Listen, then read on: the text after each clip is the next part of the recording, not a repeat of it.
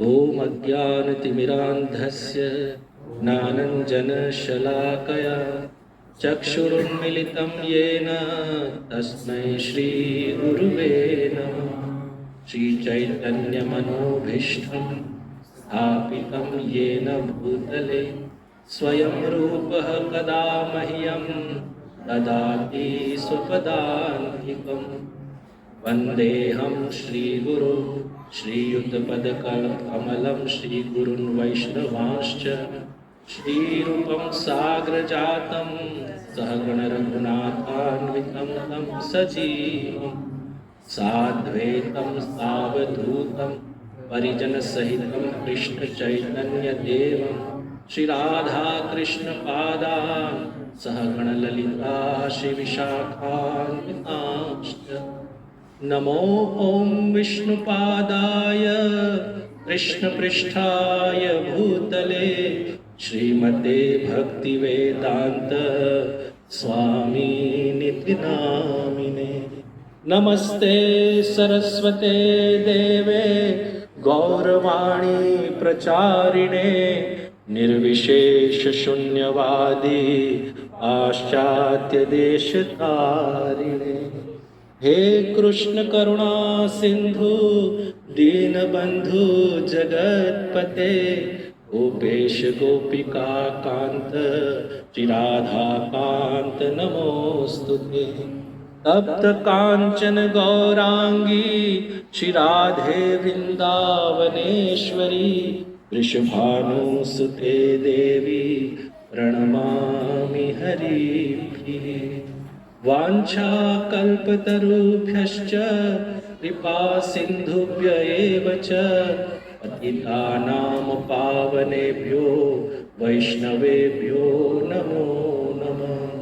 जय श्री कृष्ण चैतन्य प्रभु नित्यानंद श्री अद्वैत गदाधर श्रीवासादि गौर भक्तवृंद। हरे कृष्णा कृष्ण कृष्ण हरे हरे, हरे राम राम राम हरे हरे। ओम नमो भगवते वासुदेवाय। ओम नमो भगवते वासुदेवाय। ओम नमो भगवते वासुदेवाय।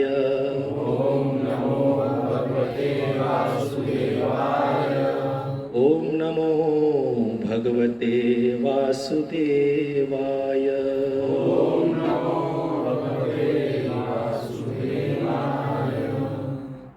हरे कृष्णा। भगवद गीता उसका रसपान करने हेतु पधारे सब वैष्णवजन तथा श्रोतागण का हार्दिक स्वागत। इस भगवद गीता में 700 श्लोक हैं और 700 श्लोक का रोज अध्ययन किया जाए तो जो हम पढ़ते हैं वो आचरण भी आ सकता है। क्योंकि भगवद गीता छोटी तो है 700 श्लोक कंपेयर टू अदर ग्रंथ, लेकिन छूट जाती है ना तो भूल जाते हैं। इसीलिए ही हम साप्ताहिक सत्संग का ये गुरु कृपा से प्रोग्राम रखते हैं। क्योंकि जीव का स्वभाव है भूल जाना, जैसे हमने पिछले सत्र में श्रवण किया था। आज 2 दिन पहले 3 दिन पहले हमने क्या भोजन लिया था, किसी को पूछा जाए तो याद रहेगा, शायद कल याद होगा, परसों नरसों भूल गए। तो ये जो दिव्य ज्ञान है उसको आत्मसात करने हेतु रोजाना अध्ययन जरूरी है। और रोजाना अध्ययन के लिए बीच बीच में साप्ताहिक सत्संग, जिससे बल मिलता है। तो आइए हम प्रविष्ट होते। पिछले सत्र में हमने श्रवण किया था मनुष्य जीवन तथा पशु जीवन में अंतर, भेद क्या है। और उसके पश्चात हमने श्रवण किया था कि भौतिक जिज्ञासा, आध्यात्मिक जिज्ञासा। और धर्म क्या है, धर्म के विषय में जिज्ञासा। ये सब जिज्ञासाएं मनुष्य कर सकते हैं, पशु नहीं कर सकते हैं। ब्रह्मांड में सभी जीव में से मनुष्य योनि सर्वश्रेष्ठ है। सर्वश्रेष्ठ क्यों है, इसके पीछे भी हमारे शास्त्रों में वर्णन है। पहला तो ये जिज्ञासा कर सकता है, दूसरा यही कर्मों का रचयिता भी है। कुत्ता बिल्ली कुछ भी करे, उसका ये खाली भोग योनि है, उसका कुछ पाप या पुण्य नहीं गिना जाए, क्योंकि उसने उस टाइप के कर्म किए हैं, इसलिए उसको कुत्ता बिल्ली या जो भी पशु मिला है शरीर। मनुष्य जीवन मिला है वो केवल परमात्मा की प्राप्ति हेतु मिला है। तो उसके विषय में हम श्रवण करेंगे थोड़ा। अथा तो ब्रह्म जिज्ञासा, पिछले सत्र में अच्छा क्वेश्चन आंसरिंग हुआ था हम सब में। इस बार भी कुछ ऐसा ही हम करेंगे। अंतिम हम समझे थे कि जन्म मृत्यु जरा व्याधि, ये 4 मूल प्रश्न है। जैसे यदि किसी को पूछा जाए कि तुम्हारे जीवन में क्षति क्या है, मुश्किलें क्या है, तो वो बताएंगे नौकरी नहीं है अच्छी, कोई बताएगा नौकरी छोकरी दुकान नहीं चल रही है। तो ये सब जो है ना वास्तविक समस्या नहीं है। वास्तविक समस्या इससे कुछ अलग है, और वास्तविक समस्या भगवान ने भगवत गीता में बताई है। जन्म मृत्यु जरा व्याधि। तो हम जन्म के विषय में श्रवण करें तो जन्म को क्यों दुख की कैटेगरी में रखा गया है? यदि प्रश्न किया जाए आपसे तो कुछ आइडिया है या ऐसा कभी सोचा ही नहीं? मैं पूछ रहा हूं, कभी सोचा होगा ना? ठीक है, भगवत गीता श्रवण नहीं की हो या अध्ययन या सुना ना हो तो हो सकता है, लेकिन तो भी कभी कभी जन्म को भी मृत्यु की कैटेगरी में क्यों रखा गया है, मैं उत्तर देता हूं। जन्म पहले कैसे होता है उसके विषय में समझेंगे। जब विवाह हो जाता है उसके पश्चात पुरुष द्वारा स्त्री में गर्भाधान होता है, ये भी एक संस्कार है। और गर्भाधान के समय पे आत्मा प्रविष्ट होती है स्त्री के गर्भ में, और एक दिन के अंदर एक बुलबुला सा तैयार होता है गर्भ में। 5 नाइट में वो कलल जैसा लिक्विड बन जाता है। फिर 10 रात्रि हो जाती है तो एक मांस का पिंड बन जाता है स्त्री के गर्भ में। फिर मांसपेशी की रचना होती है। फिर 1 महीने में मस्तक उस मांस के पिंड से बाहर आता, 1 महीने में। दूसरा महीना होता है तो हाथ और पैर बाहर आते हैं। तीसरे महीने में नख बाल और क्या बोलते हैं अस्थि रुआटी शरीर पे है ना। और ये जानकारी पता होती है कि ये स्त्री है या पुरुष 3 महीने में। इसलिए हॉस्पिटल में 3 महीने होने के बाद सब चले जाते हैं जिज्ञासा। यहाँ पे तो सरकार ने कुछ प्रतिबंध नहीं लगाया, लेकिन हमारे भारत में ये है और ये नहीं करना चाहिए। अब सोचो 3 महीने के अंदर यदि पुत्री होती है तो लोग अबॉर्शन करवा देते हैं। इतनी शर्मजनक बात है ना। इसी आत्मा को हमें प्रविष्ट किए, उसको इस दुनिया में नहीं आने दिया और वहीं मार दिया। तो ये जो कृत्य है ना, ये तो पूतना से भी गया गुजरा है। उतना भगवान कृष्ण को जहरीला विष पिलाने के लिए, मतलब जो दूध के बहाने जहर पीना लेके आई थी, लेकिन पूतना ने भी कभी अपने बच्चों को ऐसा नहीं मारा है। लेकिन आजकल की स्त्रियां देखिए, ऐसा मैंने सुना है कई बार, यदि गर्भ में स्त्री है तो 3 महीने, क्योंकि उस क्या सोचते हैं इसमें कोई जान नहीं होती है। अरे भाई, जान नहीं है तो डेवलपमेंट कैसे होता है? आत्मा के बिना कभी भी शरीर का डेवलपमेंट नहीं हो सकता, ये बात समझना।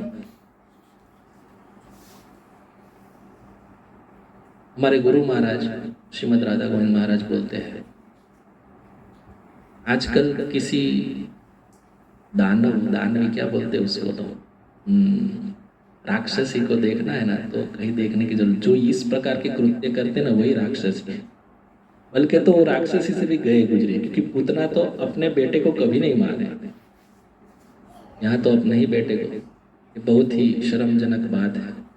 मैं इसलिए बताया क्योंकि टॉपिक निकला 3 महीने में बालक, यदि स्त्री है पुरुष, ये जानकारी होती है। 4 महीने में वात, कफ, पित्त और 7 धातु का निर्माण होता है। 5 महीने में उसको भूख प्यास लगती है।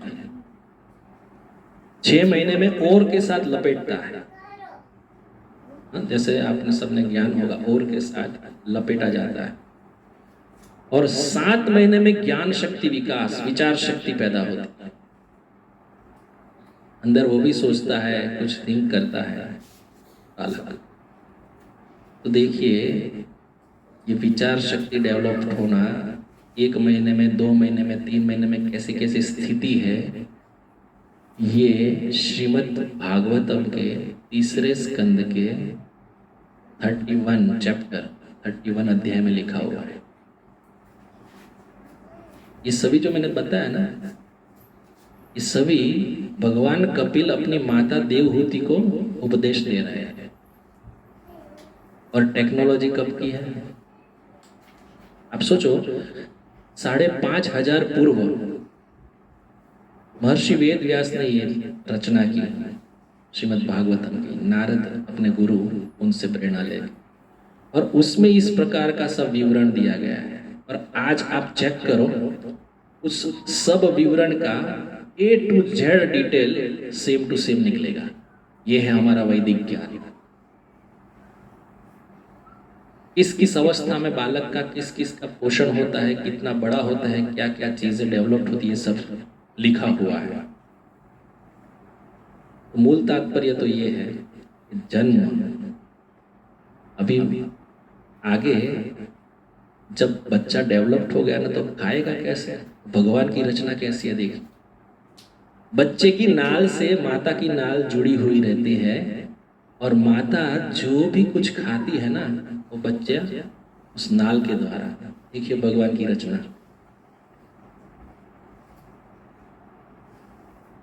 अब जब माता खट्टा, तीखा, जैसे पानी पूरी खाना जो भी खाती है गर्भ अवस्था में, इस सब अवस्था में यदि ये खाती है तो उसका असर सीधा बालक को होता है। बालक को अंदर जो जीवाणु रहते हैं ना वो काटते हैं। कितनी कोमल त्वचा रहती है बालक की। तो इस प्रकार का जो भोजन खाते हैं ना गर्भ अवस्था में, बालक सही से अंदर रह नहीं सकता है। जा रहा है अपने मुख से, लेकिन अंदर जो भगवान की रचना है ना नाल से नाल द्वारा, लेकिन जो कोमल कोमल त्वचा है वो बालक को आहत करती है। और ये सोचने की बात है कि हम सब इस दौरे से गुजर के ही इधर आके बैठे हुए। हम भी माता के गर्भ में थे, हमने भी ये यातना सही है। अब बालक परेशान होके प्रार्थना करता है भगवान को, भगवान मुझे इस दलदल से निकाले। पिछले जन्म का जो भी लेखा जोखा लेके आया है, अब मैं भजन करूंगा, अब मैं आपका नाम लूंगा, मैं भक्तों का संग करूंगा, याचना करता है। और ये जीव की स्तुति भागवतम में वर्णन है, जीव स्तुति करता है भगवान को। इतनी कुछ प्रार्थना होने के पश्चात भी आप ही सोचो, वास्तव में क्या कुछ साल के बाद भगवान का भजन करता है? यदि 5 साल तक तो चलो छूट दे रखी है, कुछ गलती वलती हो जाए, लेकिन जैसे ही बड़े होते हैं ना भूल जाते हैं। जठर जो है ना अंदर का, जो क्या बोलते हैं हम उनको, अग्नि, पेट की छोटी सी होती है और उसमें मल मूत्र और सब गंदगी पड़ी रहती। यदि हॉस्पिटल में सब, माता को तो अनुभव है ही, देखेंगे तो हम देखना भी पसंद नहीं करते। ऐसी जगह पे जीव उल्टा लटकता रहता है और उसमें तैरता रहता है। 9 सेंटीमीटर की जगह में उस बालक को एकदम बाध्य होना पड़ता है, फिट।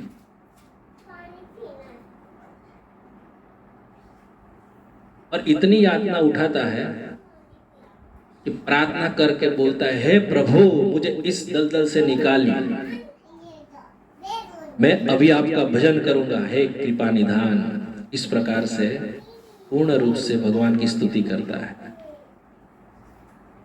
लेकिन फिर वही का वही गरुड़ पुराण में वर्णन है कि जो एक नरक का दुख है ना, उससे 100,000 गुना दुख बालक को अपनी माता के गर्भ में होता है। गरुड़ पुराण में ये वर्णन है। और जब जन्म होता है तो हम बोलते हैं हैप्पी बर्थडे टू यू, और बहुत खुश होते हैं। इसीलिए जन्म को भगवान ने दुख की कैटेगरी में रखा है। ये जो जन्म है ना, वो भी कुछ अच्छी बात नहीं है। यदि आत्म कल्याण के लिए कोई कार्य नहीं किया है तो ये व्यर्थ है। फिर से आदि शंकराचार्य के शब्दों में कहे तो पुनरपि जननम पुनरपि मरणम पुनरपि जननी जठरे शयनम। बार बार जन्म लो, बार बार मरो, ये कोई बुद्धिमानी है? बुद्धिमानी किसमें है? इस जैसे प्रश्न था, क्या इस दुख का निवारण है? प्रश्न याद करो, उस प्रश्न का जवाब सब आगे आएगा अभी धीरे धीरे। क्योंकि लास्ट टाइम आप सोच रहे थे 7 प्रश्नों तो कह डाले, लेकिन उसका उत्तर तो दिया नहीं, तो उत्तर धीरे धीरे आएगा। भगवान भी क्या करते हैं, जब भगवत गीता कहते हैं अर्जुन को, तो पहले भूमिका तैयार करके उनको प्रोत्साहित करते हैं कि उसको उत्कंठा हो। अब देखिए, जो भी अध्ययन करता है ना भगवत गीता की, वो बारीकाई से करना। उत्कंठा उत्पन्न होती है तब अर्जुन प्रश्न पे प्रश्न करते हैं, लेकिन वो करने के लिए भी जो बात भगवान रखते हैं ना, वो बात को जो साधक या तो जो श्रवण करता है उसको बहुत ध्यान से सुनना चाहिए, तभी उत्कंठा बढ़ेगी ना, आएगी। वरना चलो भाई यहाँ आए हैं और थोड़ी देर भगवान का कीर्तन करेंगे, प्रसाद खाएंगे, हरे कृष्ण।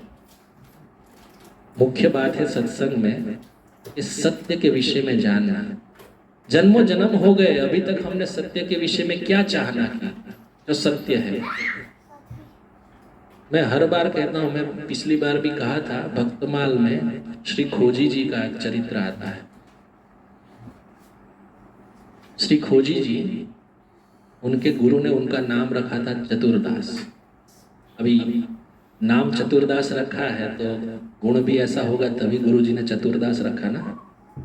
तो राजस्थान में उनका जन्म हुआ था और बहुत छोटी उम्र में गुरु वरण कर लिए और गुरुकुल में रहने लगे।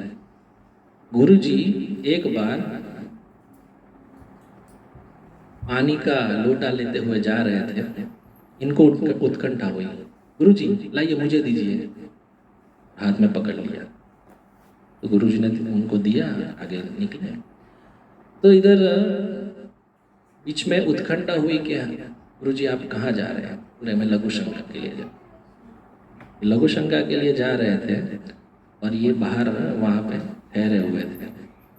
जैसे एक पेड़ के नीचे गुरु जी लघु शंका कर रहे थे, तब वो हंस रहे थे। बड़ी कथा अटपटी लगेगी आपको भी, क्योंकि भक्तमाल में ये लिखा है। अब गुरुजी हंसे, इनका ध्यान गया थोड़ा सा, गुरुजी हंस क्यों रहे हैं लघु शंका करते समय। तो दिल में तो उत्कंठा बड़ी थी। जैसे गुरुजी आए वापस और हाथ पैर धोए और इन्होंने प्रश्न कर दिया, गुरुजी आप लघु शंका करते समय हंस क्यों रहे थे। तो गुरुजी ने डांट दिया, तुम्हें इतना पता नहीं है, इतने सालों से तुम मेरे साथ हो, तुम्हें पता नहीं चल रहा है कि मैं हंस क्यों रहा था। जाओ पहले खोज के लाओ मैं क्यों हंस रहा था। इतनी सी बात गुरुजी ने डांट लगा दी। चतुरदास तो आज्ञाकारी थे, आजकल किसी को थोड़ी डांट मिल जाए, एक काहे का गुरु छोड़ो यार, अपना धंधा पानी में लग जाओ। लेकिन ये चतुरदास, उन्होंने क्या किया, संकल्प लिया, अब तो गुरुजी ने कुछ कहा है उस कुछ विशेष ही होगा, इसका तो मैं खोज करके ही लाऊंगा। अभी तो निकाल दिया गुरुकुल से और ये तो चल दिए, काशी गए, बड़े बड़े तीर्थों में गए, सबको पूछा। थोड़े छोटे थे किशोर अवस्था में, तो ये बात तो पूछने जैसी है नहीं, लेकिन तो भी बालक स्वभाव पूछ लिया सबसे। पूछते हैं कि मेरे गुरु महाराज लघु शंका कर रहे थे तो हंस क्यों रहे थे, कोई बता सकता है। तो काशी के विद्वान सब भगा दिया, ये कोई पूछने का सवाल है। तो रामायण की बात पूछो, कुछ वेद उपनिषद की पूछो, तुम्हारे गुरु महाराज हंस रहे थे वो भी लघु शंका करके, वो मुझे क्या लेना देना। चतुरदास सबसे पूछ के हार गए, 2 साल बीत गए, लेकिन उन्होंने जो दृढ़ निश्चय है ना वो नहीं छोड़ा। तब उन्होंने सोचा ये जीवन व्यर्थ है, जीवन मेरे कोई काम का नहीं, क्योंकि मैं गुरु को खुश करने के लिए, उनको राजी करने के लिए कुछ भी मैंने किया नहीं, मैं जीवन छोड़ दूंगा। ऐसे वन में चले गए तप करने के लिए। और भगवान को चिंता हुई, इतना दृढ़ संकल्प। भगवान ने कबीरदास को भेजा, उस बच्चे की उत्कंठा है उनको निवारण कीजिए। और देखिए मैं ये सब बोल रहा हूँ, कबीरदास तब तक अपना लीला समेट लिए थे। कबीरदास मुक्त जीव है ना, लेकिन तो भी भगवान के पार्षद, भगवान के धाम में ही रहते हैं। तो वहां से कबीरदास जी आए, प्रत्यक्ष उनसे मिले कि तुम्हारा जो निवारण है वो मैं दूंगा। तब बताते हैं कबीरदास, तुम्हारे गुरु महाराज जब लघु शंका कर रहे थे तो क्यों हंस रहे थे। जो पेड़ है उसके पत्ते, उसकी डाली, वो सब नीचे पड़ा हुआ था, और जैसे ही वो लघु शंका कर रहे थे तो जो इंद्री से मूत्र धार निकलता है ना, उस मूत्र में सब बह रहा था, और बह रहा था इसलिए वो हंस रहे थे। वो ये सोच रहे थे कि इसी प्रकार जीव मरण और जन्म में फंसा हुआ कितनी बार मूत्र मार्ग से निकलता रहता है, तो भी उसको भजन का कोई भी ज्ञान नहीं आता है। ये बात समझने के लिए ही तुम्हारे गुरु महाराज हंस रहे थे कि कैसी लीला है भगवान की। इतनी बार जन्म लिए, इतनी बार मृत्यु हुआ, तो भी जीव को भान नहीं होता है कि जो जन्म मिला है वो किस हेतु के लिए मिला है। जन्म किसी का होता है, या पशु हो या मानवी हो, कहां से होता है? कोई अच्छी जगह से होता है क्या? मूत्र मार्ग से तो निकलते हैं। ये बात समझाने हेतु महाराज, गुरु महाराज ने उनको डांट टपका कर भेज दिया था। अब कबीरदास ने समझाने के बाद ये ध्यान में आया, अरे रे रे, इतना गहन विचार, और मैं गुरु महाराज के लिए इतना नहीं कर सका, मैं तुरंत जाऊंगा। कबीरदास आशीर्वाद देते हैं और निकलते हैं, गुरु महाराज से मिलते हैं और गुरु महाराज को ये सब वृत्तांत बताते हैं, और गुरु महाराज गले से लगाते हैं, वाह चतुरदास, आखिर तूने खोज ही डाला, इसलिए आज से तुम्हारा नाम खोजी, इसलिए उनका नाम खोजी पड़ा। ऐसी सब लीलाएं हैं। भक्त जो है ना वो दृढ़ निश्चय होता है। यदि मुझे भजन में माला इतनी संख्या में करनी है तो करके ही रहता है।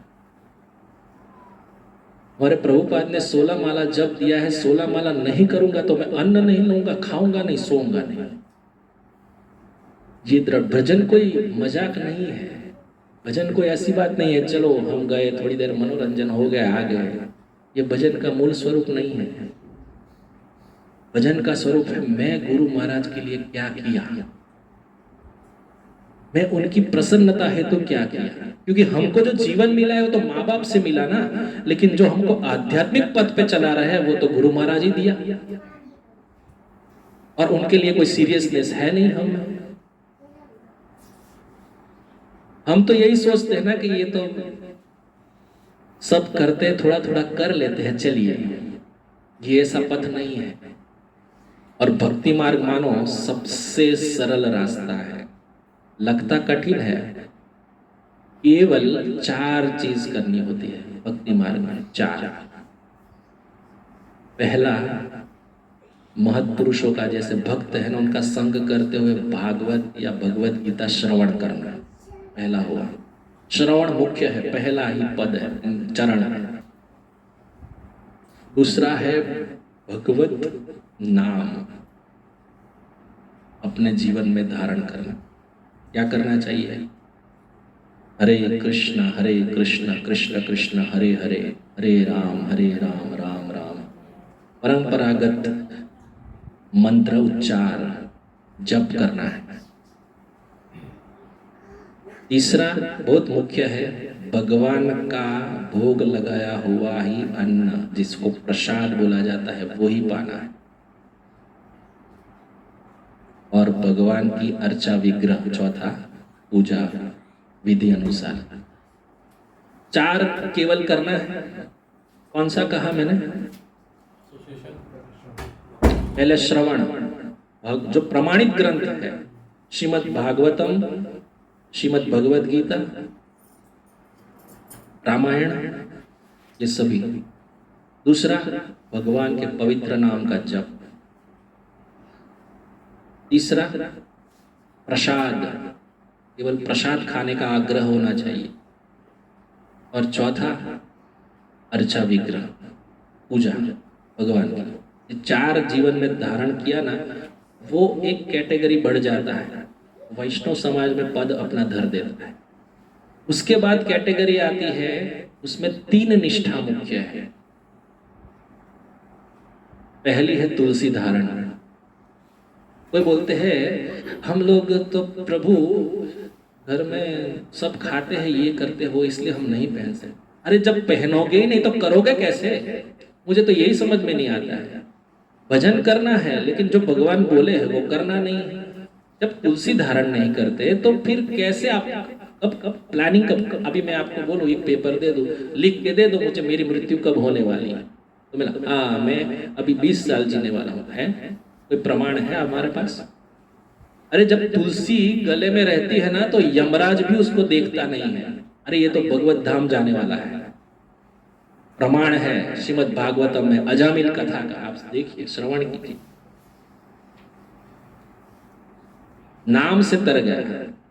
केवल तुलसी धारण तो चलो वो तो 3rd क्लास कैटेगरी में चला गया था, लेकिन नाम से तर गया। केवल नारायण, वो भी भगवान का नाम नारायण नहीं पुकारा उसने, अपने बेटे का नाम नारायण था, नारायण बोल दिया क्योंकि आसक्ति थी बेटे में। तुलसी की बहुत महत्ता है, तुलसी धारण करना चाहिए, पहली निष्ठा है। दूसरा निष्ठा है एकादशी व्रत पालन। कुछ भी हो जाए एकादशी नहीं छोड़नी चाहिए।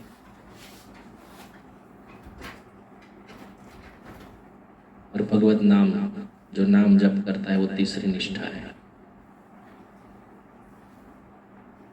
एकादशी पालन, तुलसी धारण करना, उसमें तिलक भी आ गया। फिर यहाँ पे मैंने परंपरा की भी बात की थी। परंपरा में 4 प्रमाणित परंपरा है। लेकिन यदि आपको लगे कि ये परंपरा में मेरा भजन बढ़ रहा है तो संकोच नहीं करना चाहिए। कुछ लोग तो ये बोल रहे हैं कि हम गुरु कर दिए, हम गुरु नहीं बदल सकते। यदि गुरु नहीं बदल सकते तो आपको आत्म कल्याण हेतु रोजाना उससे सत्संग मिल रहा है, आप उनके प्रति डायरेक्ट कांटेक्ट में हो, कैसे कह सकते हम गुरु नहीं बदल, और कहाँ लिखा है ग्रंथ में कि गुरु नहीं बदल सकते? यदि गुरु किए तो उनके जो धारा में या तो परंपरा में जो भी रीति आती है वो अपनाते हैं। और कौन देखेगा, चलो ऑब्जर्वेशन भी कौन करेगा ये सही मार्ग पे है? ये बात अपने दिल को बहलाने वाली है कि मैं, मेरा गुरु महाराज है, हम करते हैं। जब आता है नियम की बारी तो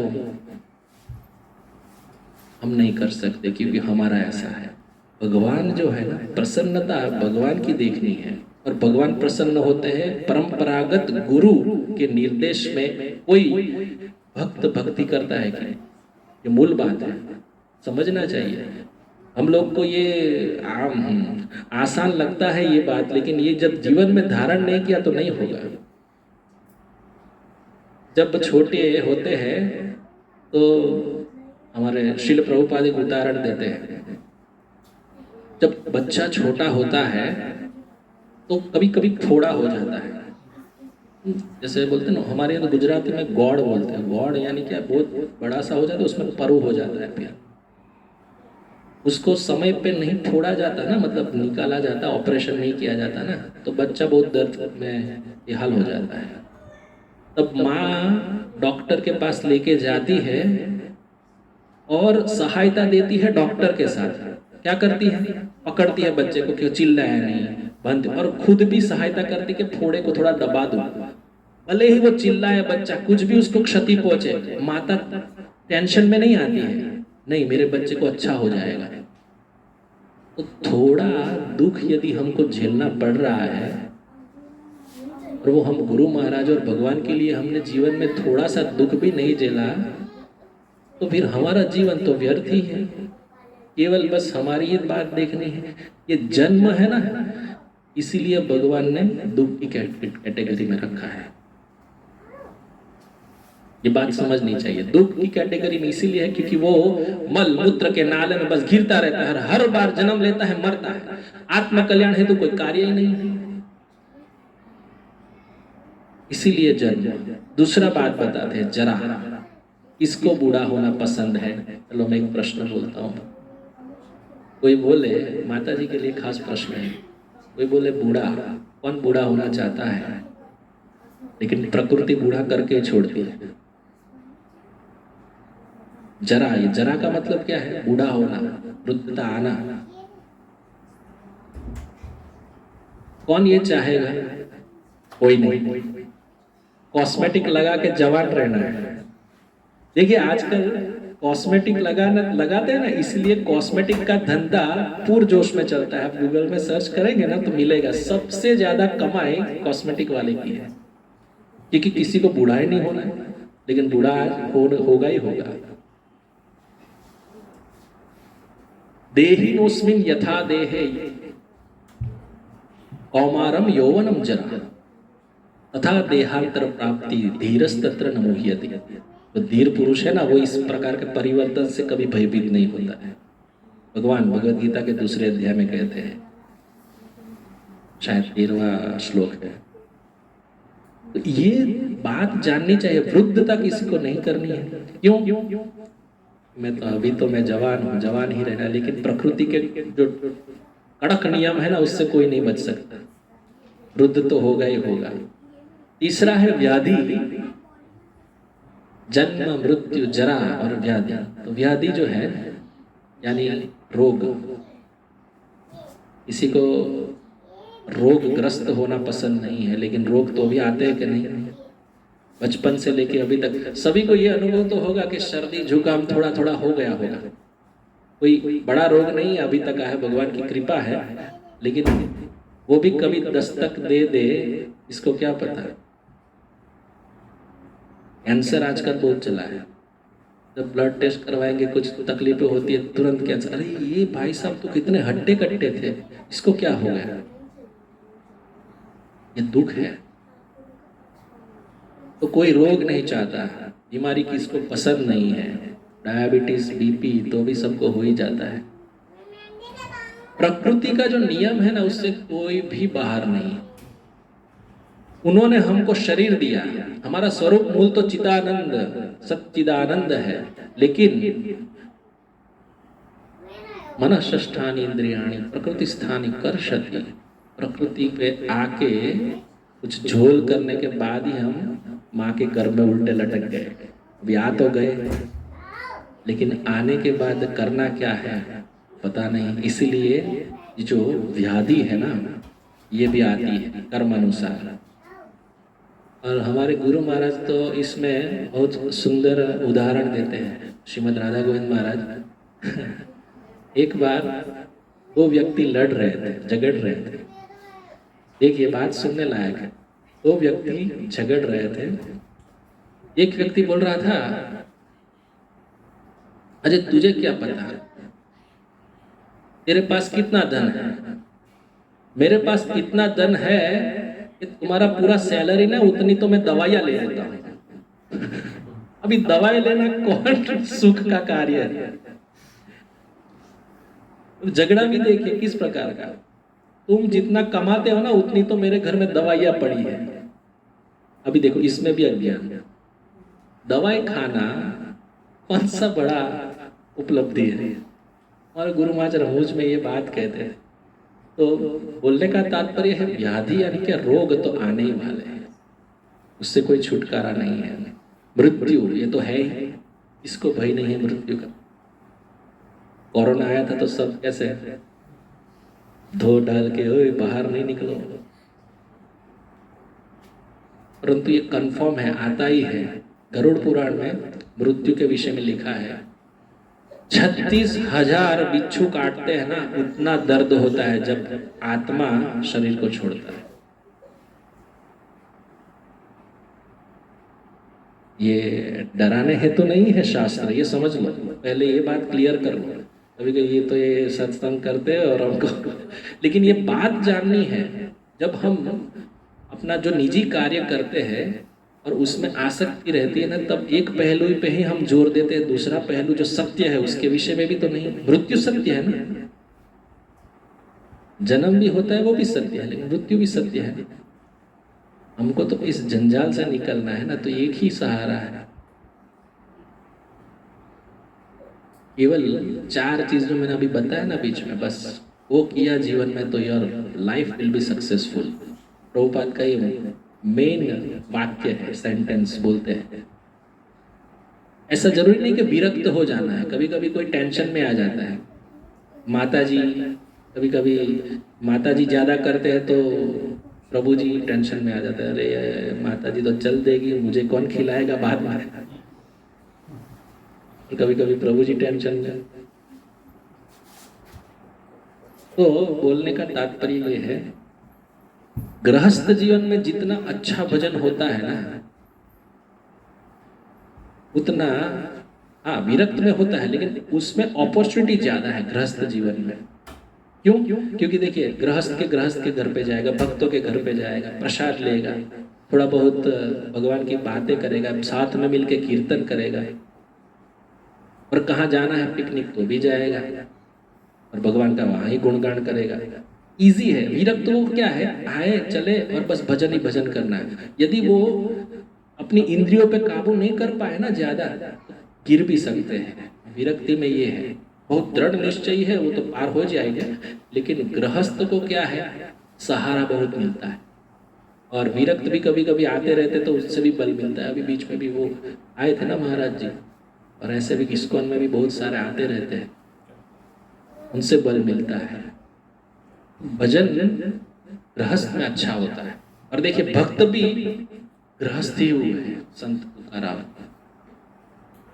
एकनाथ महाराज, महाराष्ट्र में तो बहुत है, नामदेव महाराज, हमारे नरसिंह मेहता गुजरात के, मीराबाई वो भी गृहस्थ थे। लेकिन गृहस्थ होते होते कोई भजन करने में डिस्टर्बेंस आता है, तब जाके निर्णय आता है दूसरा कभी कभी। तो इसमें से मूल बात बताने की ये है कि आत्मा शरीर से निकल जाता है, उसको मृत्यु कहा जाता है, उसको समझे। हमारे शिक्षा गुरु है श्रीमान चंद्र गोविंद दास, वो एक उदाहरण बताते हैं।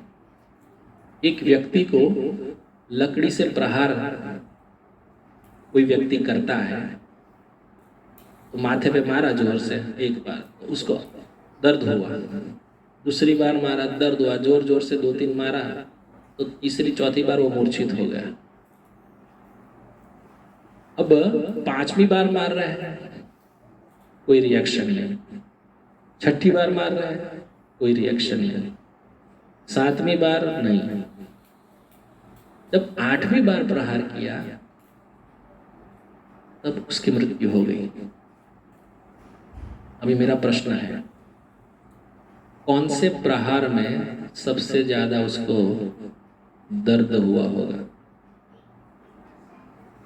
आपसे प्रश्न है ना। मोनू प्रभु के लिए पहले प्रहार में, किसी और का है? राकेश प्रभु बोल रहे हैं लास्ट में।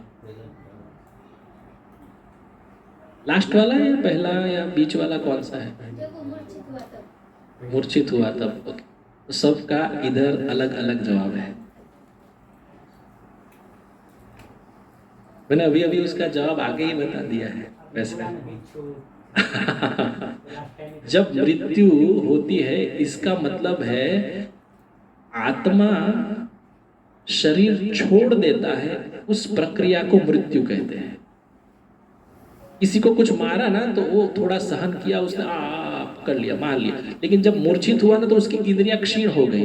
अभी उसकी इंद्रियों में वो जोर नहीं है सहन करने का, वो ऐसे ही पड़ा रहा, लेकिन मूर्छित है। अभी उसका हृदय चल रहा है, लेकिन जब ज्यादा मारा और उसमें से आत्मा गया और वो डेड हो गया, तो जो लास्ट प्रहार है ना,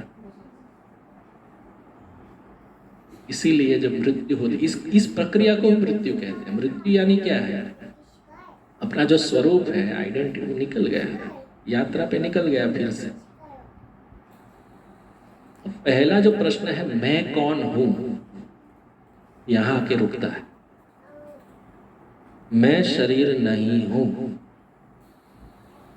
यह हमारे शिक्षा गुरु ने एक सेमिनार में कहा था। मैं यही उदाहरण देते हुए, मैं शरीर नहीं हूं। यदि शरीर होता तो मुझे सब पता चलता, लेकिन मैं तो निकल गया उसमें से, और शरीर वहां पड़ा है, तो मैं तो वो शरीर नहीं हूं।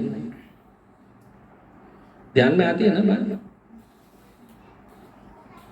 नहीं आए तो बता देना। दूसरा उदाहरण दो, श्रीमद् भागवतम का।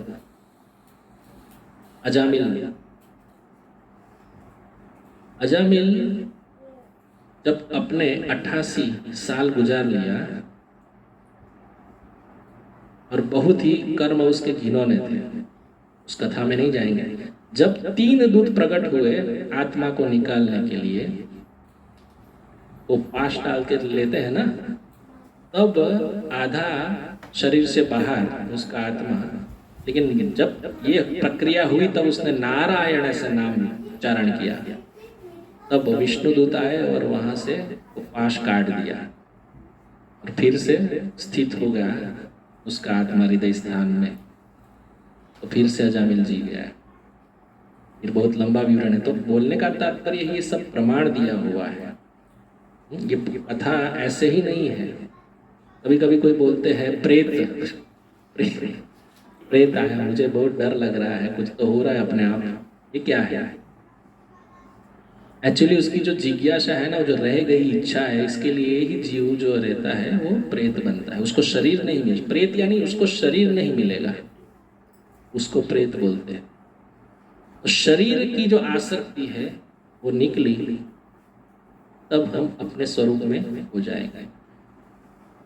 दूसरा प्रश्न आता है, हम जो सच्चिदानंद स्वरूप है, आत्मा स्वरूप है, तो परमात्मा कौन है और वो भी कहाँ रहते हैं? भगवान बोलते हैं सर्वस्व चाहं हृदि सन्निविष्टो, मैं भी हृदय स्थान, परमात्मा भी हृदय स्थान में है। लेकिन यहाँ पे एक उपनिषद में बताया गया है, श्रील प्रभुपाद लिखते हैं, एक डाली पे, एक झाड़ जो रहता है ना, वृक्ष, उसकी डाली पे 2 पक्षी बैठे हैं। एक पक्षी फल खा रहा है और दूसरा पक्षी केवल निरीक्षण कर रहा है, ऑब्जर्वेशन। तो ये समझो कोई एक वृक्ष है ना, वो शरीर है, फल है, वो भोग रहा है, वो जीव है, तो आत्मा है। और परमात्मा क्या है? उसके साथ ही है, लेकिन वो भोगता नहीं है, मतलब वो लेता नहीं है, वो केवल ऑब्जर्वर है। जो भोग कर रहा है वो जीव, सही गलत जो भी है उसका ऑब्जर्वेशन होता है। इसलिए परमात्मा हृदय स्थान में बैठे हुए ही सब गतिविधि को देखते रहते हैं।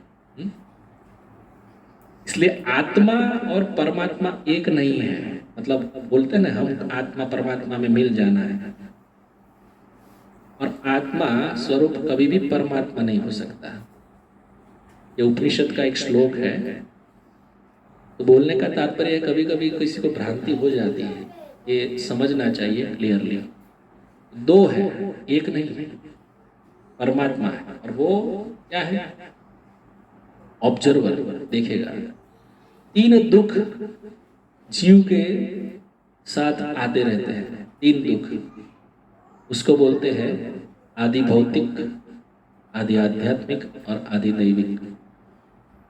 आदि भौतिक किसको कहते हैं? ये तो बहुत जाहिर है, दूसरों के द्वारा जो दुख मिलता है, बहुत दूर जाने की जरूरत नहीं है। पत्नी बोलेगी पति से दुख बहुत मिलता है, और पत्नी बोलेगी पति बहुत हैरान कर रहा है, और पति बोलेगा पत्नी भी। तो ये जो दूसरों मतलब रिलेटिव, कोई अपने पहचान वाले, उनसे जो दुख प्राप्त होता है वो भौतिक है, आदि भौतिक। आदि आध्यात्मिक वो है जो अपने से, खुद से सोचते रहते हैं ना, अपने से ही दुख आते रहते हैं, वो आदि आध्यात्मिक है। और आदि दैविक यानी देवता द्वारा। कभी भूकंप आ गया, क्या करे, सब लोग लुढ़क गए, सुनामी आ गई, ये दुख है ना। घर बार चला गया, कोई जीवित है नहीं है पता नहीं, तो हमने तो कुछ नहीं किया, लेकिन ये जो है देवों द्वारा। और ये मास प्रोडक्शन में आता है, यानी ऐसे किसी किसी को कर्म भुगतना रहता है ना, ऐसे ही जीव उस प्रकार के स्थान में रहेंगे और सबको समेट लेगा। इसको आदि दैविक बोलते हैं, देवता द्वारा। आदि भौतिक दूसरों द्वारा, और आदि आध्यात्मिक खुद से। तो यदि कोई भक्ति में हमको रोके, आदि भौतिक की बात करें, तो दुख सहन नहीं करना चाहिए ज्यादा। सबसे अच्छी बात यह है, भक्ति मार्ग सर्वश्रेष्ठ है, और भक्ति मार्ग में हम जो कार्य कर रहे हैं, और कोई हमको इस कार्य से रोके, तो उसको एक सवाल करना चाहिए, क्या तुम मृत्यु से मुझे बचा सकते हो? यदि तुम मुझे मृत्यु से बचा सकते हो, जो अभी हमने पढ़ा ना, व्याधि जरा ये सब से तुम बचा सकते हो, तो मैं छोड़ दूंगा आज से ही, भजन नहीं करूंगा। चलो, यदि तुम में ये सामर्थ्य है कि इस प्रकार का जो मैं रोक टोक कर रही हूँ वो मैं देख लूंगी या मैं देख लूंगा, कोई भी बोल रहा है उसको यही प्रश्न करना है, तुम मेरी मृत्यु और मेरा आत्म कल्याण के बीच में बाधा पहुंचाने के बाद यदि उद्धारक बन जाती हो तो मैं छोड़ दूंगा। यह है सामर्थ्य, ये प्रश्न पूछना चाहिए। कभी भी बंधन में नहीं आना चाहिए इस प्रकार। देखो, मीराबाई ने पत्र लिखा तुलसीदास जी को, उनके घर उनकी सास परेशान करती थी, ये क्या गिरधर गोपाल करती है, मेरा कुल नाश कर दिया। इस प्रकार मीराबाई बहुत सहन किए, लेकिन अंतिम में उन्होंने बता दिया पत्र में। और सबको ज्ञात होगा, मुझे उसका याद नहीं अभी लाइन, लेकिन उन्होंने लिखा कि ऐसी परिस्थिति में मुझे क्या करना चाहिए। तुलसीदास जी को पत्र लिखा। तुलसीदास जी क्या पत्र के उत्तर बोलते हैं, देखो ऐसे बहुत से केसेस है। पहले राम के विरह में भरत ने अपनी मां का त्याग कर दिया, प्रहलाद ने अपने पिताश्री का त्याग किया, ऐसे बहुत सारे हैं। विभीषण ने अपने भाई को त्याग दिया। तो यदि भजन में बाधा हो रही है, नहीं करने देते हैं, तो एक ही काम करना चाहिए। लेकिन ये अंतिम छोर है, थोड़ा थोड़ा नहीं कि ये हो गया और भाग जाओ तो टेंशन में आ जाओगे फिर। अभी हम भी तो पूछते हैं मीराबाई कहाँ है और हम कहाँ हैं। मीराबाई तो बहुत उच्च कक्षा है।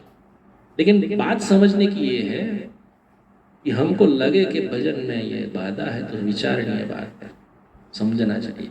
एक ही प्रश्न करना चाहिए, यदि तुम मृत्यु से मुझे बचा सकते हो तो मैं आज ही छोड़ देता हूँ। भगवान का भजन ही एकमात्र संबल है, ये वेदों में बताया गया है। वेदेश्व सर्वम अहम एव वेद्यो, भगवान बोलते हैं वेदों में मैं ही जानने योग्य हूँ। सार क्या है पता है ये सब बातों का? भजन, भगवान का नाम। हमको पता नहीं हम किस उद्देश्य से आए हैं, इसलिए हम लोग बस इधर उधर चल रहे हैं। लेकिन हमारा उद्देश्य केवल एक ही है, भगवत प्राप्ति। बहुत जी लिए, बहुत इधर कर लिए, अभी 40 पता नहीं 45 साल गुजार दिए, पता नहीं कितना इस शरीर में रहना है। हमारे गुजराती में बहुत भजन प्रख्यात है, हमारे रेहू भाड़ाना मकान में। मतलब ये जो मकान है ना, घर है ना, वो भाड़े पे दिया, प्रकृति से लिया है हमने। तो प्रकृति ले लेगी वापस, हमारा नहीं रहने वाला। इतना भी कॉस्मेटिक लगाओ, इतना भी सच धज के रहो, एक बार नष्ट हो जाने वाला। करना क्या है, जीव की गति होती है ना। सब लोग बोलते हैं दिवंगत हो गए, ये हो गया, अभी ये नहीं रहे हैं, शरीर तो उधर पड़ा है, लगाओ उधर, आप बैठो और बोलो उनको, जगेगा वो। तो मृत्यु मतलब आत्मा शरीर से निकल गया, उसको मृत्यु। और मृत्यु विषय में जिज्ञासा किसने की? भागवत शुरुआत भी यहीं से होती है। परीक्षित महाराज, हमने श्रवण की थी शायद कथा। परीक्षित महाराज प्रश्न करते हैं श्री सुखदेव गोस्वामी से, जो मरणासन्न जिसका कंफर्म है इतने दिन में मृत्यु हो जाने वाली है, ऐसे व्यक्ति को क्या करना चाहिए? और इससे ही भागवत कथा निकल रही है। सुखदेव गोस्वामी परम प्रसन्न हो गए, परम प्रसन्न। आत्म कल्याण आपका खुद का नहीं सोचा आपने, पूरे विश्व का सोचा है, इसलिए मैं कथा कहूंगा। सुखदेव गोस्वामी तो परम विरक्त। वो तो गुरु महाराज कहते हैं कि गाय को जितना समय लगता है ना दोहने में, दूध निकल, जितना समय, उतने ही समय सुखदेव गोस्वामी किसी के घर पे ठहरे, उससे ज्यादा नहीं। और यहाँ पे 7 दिन 7 रात्रि तक परीक्षित महाराज को कथा सुना है, केवल जिज्ञासा जानकर। और परीक्षित महाराज को तो 7 दिन में शरीर छोड़ना था, हमको तो पता भी नहीं है हमने कितने दिन में छोड़ना है, तो भी हम मौज मजा ही कर रहे हैं, घूम ही रहे हैं। और घूमना मौज मजा से कोई मुझे आपत्ति भी नहीं है। देखो, आपत्ति यह है कि उसमें आसक्ति लग जाने के बाद भजन क्रिया अवरुद्ध हो रही है, तो इसको कम करना चाहिए, बंद करना चाहिए। कोई बच नहीं सका है। सबसे बड़ा प्रॉब्लम हमारी आंख है, हमारी इंद्रियों में। चलो हमको कहाँ कंट्रोल है, मोबाइल देखा, इंस्टाग्राम, फेसबुक, फलाना ढिमका, और हर अच्छा मूवी चल रहा है, थोड़ा मुझे देख लेना 15 मिनट, यही टाइम खा जाती है माया अपनी। और माया से बचने का एक ही उपाय है, श्री गोविंद के चरणों में लग जाओ। दैवी येषाम गुणमयी मम माया दुरत्यया मामे विव प्रपद्यन्ते माया मेताम तरन्ति ते। भगवान भगवत गीता में कहते हैं माया से बचने का उपाय, माया मेताम तरन। माया से कौन छूटेगा? मामे, मुझे ही जो शरणागत हो गया उसको माया कभी टच नहीं कर सकता। बोल रहे देवी ये शब्द, देवी तो है क्योंकि मेरी ही शक्ति है, भगवान बोल रहे हैं। तो माया से बचने हेतु और अपने आत्म कल्याण हेतु एक उपाय है सत्संग, और सत्संग के बाद हमारा खुद का आध्यात्मिक पथ पे आगे बढ़ने के लिए जप है। भगवान का पवित्र नाम का जप सब पापों को नष्ट कर देता है। और ये मैं क्यों बोल रहा हूं, देखो हमने प्रमाण की बात की थी ना, शब्द प्रमाण, ये वेदों में लिखा है। भगवान बोलते हैं कि जब मैं जप यज्ञ में हूं, गीता अभी हमने पढ़ी नहीं, और मैं जो बोलूंगा वो शायद आपको लगे, लेकिन आप प्रूफ के साथ बोल रहा हूँ। 10वें अध्याय में पढ़ लेना। जप यज्ञोस्मि, जप करने में जप यज्ञ मैं हूँ, मतलब जप किया भगवान का, खुद भगवान को ही हम अपने हृदय में बिठा लिया। हृदय में है, लेकिन वो जागृत कैसे हो गए? नाम। और इस कलयुग में नाम के अलावा कुछ भी उद्धारक नहीं है। अभी देखो कितने भी चरित्र में नामदेव ही है, उनका नाम ही नामदेव है। देखिए भगवान का नाम। और ये नामदेव कौन है पता है? वहां पे भगवान ने 36 साल तक, नहीं नामदेव नहीं, एकनाथ महाराज के घर पे 36 साल तक पानी भरने की सेवा की। और नामदेव महाराज को तो स्वयं भगवान खाते थे उनके हाथ से, विठलनाथ।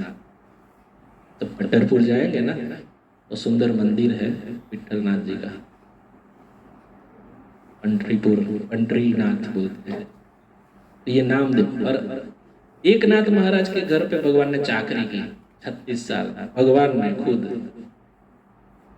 तो भगवान कितने भक्तवत्सल है, दयालु है। भगवान बोलते हैं केवल खाली तू मेरा अंश है, बस आ जा, सर्वधर्मान परित्यज्य मामेकं शरणं व्रज। भगवद गीता का सार तो यही है। और अहम त्वाम सर्व पापेभ्यो, मैं तुम्हारा सब पापों से निवारण कर दूंगा। और आगे बोलते हैं तुम डरो नहीं, माँ शुचा, तुम डरो नहीं। अर्जुन को बोल रहे हैं, लेकिन अर्जुन के माध्यम से हम जैसे जीवों को भी समझना है ना। अरे अर्जुन को कह दी, और भगवद गीता अर्जुन को बहुत अच्छे तरह से समझा दी, तो लेकिन खुद क्या करना है हमको तो भी अर्जुन की ऐसी क्वालिटी डेवलप करनी पड़ेगी ना, तब जाके ऐसे सदगुरु मिलेंगे जो भगवान के ही प्रतिनिधि होंगे। पहले चयन तो करना चाहिए। हम जब चयन नहीं करते, हम एक कदम नहीं बढ़ाएंगे, तब तक कुछ नहीं होने वाला। मृत्यु तो आएगी, ये बात तो समझना ही चाहिए। इसका मूल बताया गया है कि प्रत्यक्ष प्रमाण है, अनुमान प्रमाण है और शब्द प्रमाण। तो मैं शब्द प्रमाण की बात, मैं एक अंतिम बात कर दूं, समय हो रहा है। देखिए किसी को हमको पूछना है कि मेरे मतलब किसी व्यक्ति को, कोई अनजान है, मेरी माँ कौन है? अभी माँ मिल गई, मानो हाँ ये मेरी माँ है। अब माँ को पूछेंगे कि मेरे पिताश्री कौन है, तो कौन बताएगा? माँ बता पाएगी ना। माँ में ही वो सामर्थ्य, और कोई सही नहीं बता पाएगा। लेकिन माँ को पूछे मेरे पिता कौन है, तो माँ ही बता पाएगी। इसी प्रकार यदि वेद श्रुति उसकी बात हम नहीं माने और वो बता रहे कि पिता कौन है और हम नहीं सुन रहे हैं, इसका मतलब क्या हुआ? क्योंकि वेद श्रुति ये सब माँ है, जैसे ग्रंथ है ना, हमारे पुराण है, ये सब माँ है। और माँ बताएगी, और जो ब्रह्मा जी वो पिता माँ है। लेकिन ब्रह्मा जी को भी किसने जन्म दिया? स्वयं भगवान विष्णु। तो मूल बात यह है कि जो शब्द प्रमाण है ना, वही फाइनल है। इसके विषय में मैंने चर्चा थोड़ी की थी, थोड़ी छोड़ दी थी। लेकिन शब्द प्रमाण इसको बोलते हैं कि जो लिखा है। अभी एक उदाहरण मैं दूं लास्ट, ये शंख पड़ा है इधर। ये शंख जो है ना, वो समुद्री तट का कोई जीव है ना, उसका अस्थि है। लेकिन भगवान की पूजा में यूज होता है। कोई बोले अरे अस्थि लेके आया, कोई खोपड़ी लेके आया, मैं खोपड़ी फूकूंगा, चलेगा? वहां पे मानना पड़ेगा ना कि ये शंख है, और सभी ब्राह्मण से लेके सभी ऋषि मुनि ने उसको प्रमाणित किया है। दूसरा मैं बोलूं कि हम जब भोग लगाते हैं तो बोलते हैं गो ब्राह्मण हिताय च। गो मतलब गाय और ब्राह्मण। अभी गाय का गोबर बहुत पवित्र माना गया है। सब जगह पे देखो, यज्ञ वेदी से लेके घर में, ये सब जगह पे गाय का। अभी भगवान ने बोला है कि ब्राह्मण भी मुझे बहुत प्रिय है, गौवा के साथ साथ। ब्राह्मण का मल लेके हम कर सकते हैं कुछ नहीं, क्यों? भगवान को प्रिय है भाई। वहां पे निर्देश दिया गया है कि गाय का गोबर ही केवल ऐसी यज्ञ वेदी में, घर पे ये सब यूज होगा। गौमूत्र वहां पड़ा है, देखो मैं सेवन करता हूँ रोज, थोड़ा थोड़ा करना चाहिए। एंटीसेप्टिक, कोई रोग नहीं होगा, पेट की बीमारी नहीं होगी। लेकिन गौमूत्र नहीं पीना है। ये क्या है? ये दिया गया है शास्त्रों में, गौमूत्र अच्छा है, लेना चाहिए एक छोटा सा। अभी मैं बोलूं कि गौमूत्र तो किसी और पशु का लेकर ले सकते हैं, ये विधान है। इसीलिए शब्द प्रमाण यानी क्या, जो ग्रंथ में लिखा है उसको हमको लेना ही पड़ेगा, अनुसरण करना ही पड़ेगा। वेदेश्च सर्वम अहमेव वेद्यो, अभी भगवान बोले वेदों में जानने लायक मैं ही हूँ और सब वेदों का संकलन करता भी मैं ही हूँ। भगवान ने ये भगवत गीता के 15वें अध्याय के 15वें श्लोक में बोला है, वेदेश्च सर्वम अहमेव वेद्यो। सर्व वेदों को जानना हो ना तो मुझे जान लो, सब वेद जान लिया, सबका सार भगवान कृष्ण है। कृष्ण को जान लिया ना, संपूर्ण जान लिया। अभी जानना मतलब नाम जब शुरू हो गया, हरे कृष्ण कृष्ण कृष्ण हरे हरे, हरे राम राम राम हरे, सर्व वेदों को जान लिया, यही मूल है। इसलिए मैंने प्रथम जब सत्र हुआ था तब भी भागवत का अंतिम श्लोक कोट किया था। क्यों? सभी लोग यही मानते हैं, भगवान का पवित्र नाम ही सर्वत्र सभी दुखों से पार करेगा। प्रणामो दुख शमनम, प्रणाम करने मात्र से भगवान को दुख शमन हो जाते हैं। भक्ति बहुत सरल है, प्रणाम करना भी भक्ति है, प्रसाद भगवान का लेना वो भी भक्ति है, उठ पटांग खाना नहीं।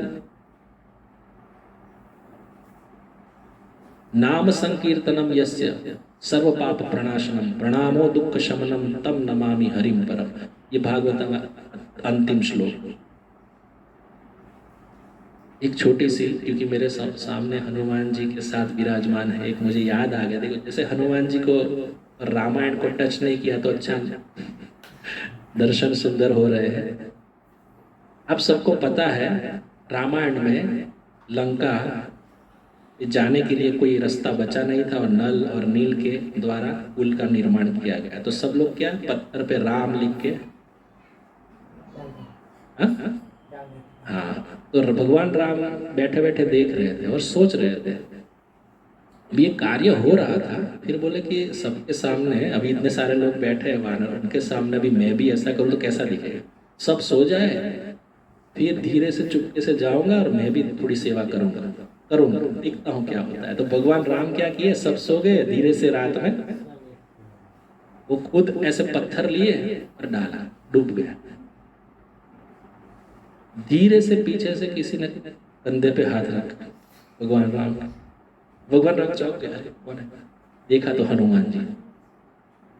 भगवान राम को उत्कंठा हुई। भगवान राम बोल रहे हैं, आप सभी लोग जब पत्थर उठा रहे थे और डाल रहे थे तो पत्थर तैर रहा था, मैं डाले तो डूब गए। तो हनुमान जी बहुत सुंदर उत्तर देते। हनुमान जी बोलते हैं, भगवान आप किसी को पकड़ के फेंक दो तो किसमें मजाल है कि वो तैर जाए। और दूसरा तात्पर्य बताया कि आपसे भी बड़ा आपका नाम है, इस पे राम नाम अंकित होता तो तैर जाता। अभी आपने कुछ लिखा नहीं, डाला, डूब गया। तो राम जो है ना, नाम सामान्य नहीं है, बहुत बहुत बहुत, इसकी कोई गिनती नहीं है। श्री शिव जी हमेशा लीन रहते हैं राम नाम में। तो नाम की बहुत महिमा है। नाम की महिमा में बताने जाऊं ना, पूरा एक लेक्चर हो जाएगा, बहुत सारी है। इसीलिए, लेकिन अभी आपको प्रश्न होगा, नाम मैं राम बोलूं, मैं ये बोलूं, तो हरे कृष्ण महामंत्र ही क्यों, मैं मेरा नाम बोलूंगा? देखो, सब भगवान का ही नाम है ना। आपको प्रश्न होता होगा ये, लेकिन मैं बता दूं, हरे कृष्ण महामंत्र कली संतरण उपनिषद में दिया गया है। जिसको इस जीवन में मुक्त होना है, भगवान का चरण प्राप्त करना है, वो लोग वृंदावन जाना है, वैकुंठ जाना है, तो यही उद्धारक मंत्र है। मैं बताता हूँ कैसे। इति षोडशतकम नाम नाम कली कल्मष नाशनम न अन्य परतर उपाय सर्व वेदेषु दृश्यते। अब ये ब्रह्मा जी स्वयं नारद जी को बता रहे हैं। एक महाभागवत महाजन बोलते हैं ना, एक महाजन दूसरे महाजन को, नारद जी दोनों, ऐसे नहीं हम सामान्य कोई व्यक्ति बात कर रहा है। 16 शब्द के और 32 अक्षर के, तो कौन सा है 16 शब्द? हरे कृष्ण हरे कृष्ण कृष्ण कृष्ण हरे हरे, हरे राम राम राम हरे हरे। 16 शब्द हुए कि नहीं, और 32 अक्षर। ये कलिशंतरण उपनिषद में बताया है। इसीलिए हरे कृष्ण महामंत्र गाना चाहिए। और ये इस्कॉन का कोई खरीदा हुआ नहीं है। सब बोल रहे हैं ना कि इस्कॉन बस हरे कृष्ण ही बोलते हैं। कोई भी आप कथा कहने वाला हो या कोई भी संप्रदाय का हो ना, उसको ये मंत्र बोलना ही पड़ेगा, बोलेगा ही वो एक बार। आप देख लेना, ये कोई आरती करते हैं तभी भी लास्ट में हरे राम हरे कृष्णा बोलते ही है। बोलते हैं कि नहीं? ये मंत्र जो है ना, लेकिन क्या है कि उसको धारण करने हेतु अभी तक वो सामर्थ्य नहीं आया है। भगवान बोलते हैं ना, बहुनाम जन्मनाम अन्ते ज्ञानवान माम प्रपद्यन्ते।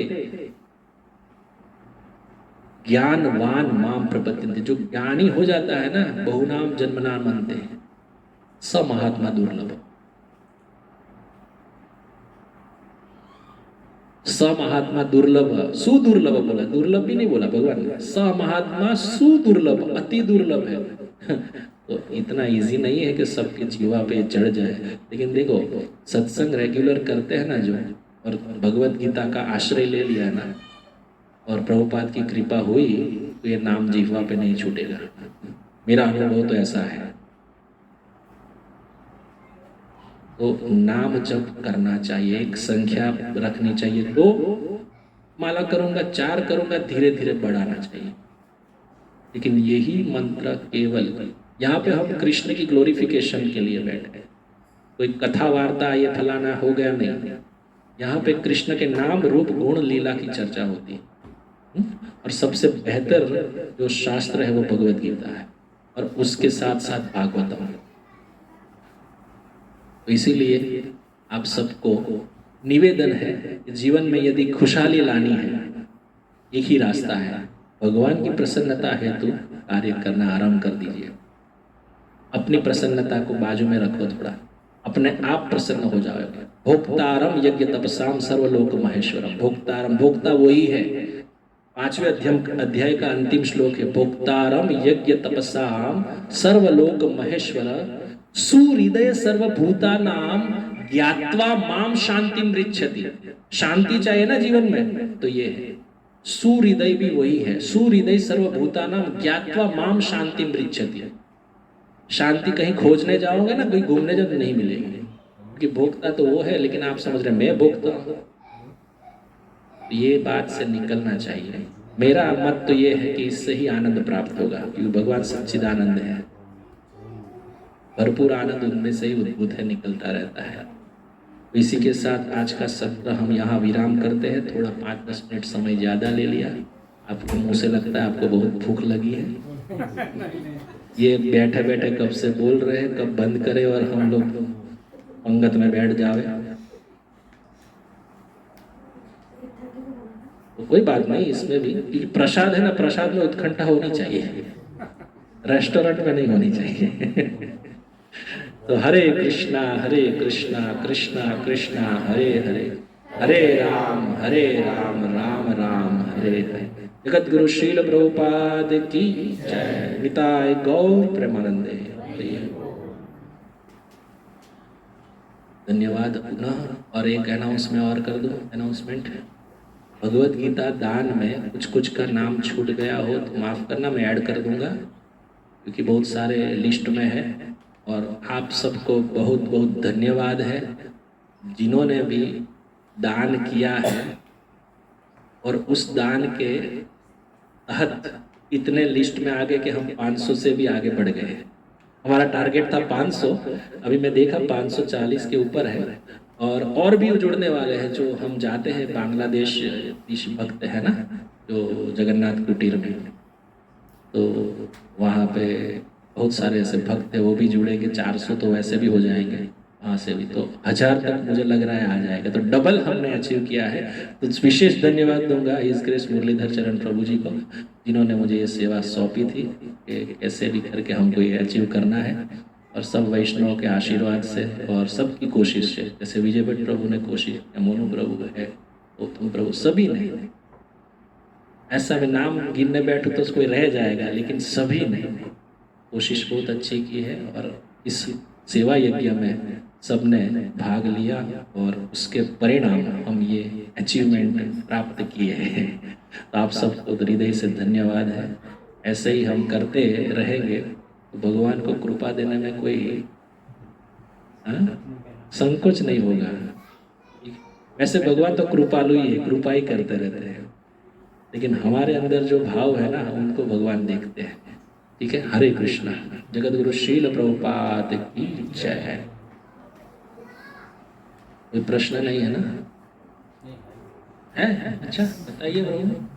आध्यात्मिक दुख की हमने बात करी, उसमें किस तरीके के दुख आ सकते हैं? हाँ, सुंदर प्रश्न है प्रभु। आध्यात्मिक यानी क्या है? खुद का आध्यात्मिक यानी हम आध्यात्मिक पथ पे है और दुख है, वो वाली बात नहीं है। खुद आत्मिक दुख रहता है ना अंदर, ऐसे मेरा जॉब अच्छे से नहीं हो रहा है, मैं परेशान हूँ, खुद ही, किसी से नहीं मिल रहा है, अपने आप से ही परेशान रहता है जीव।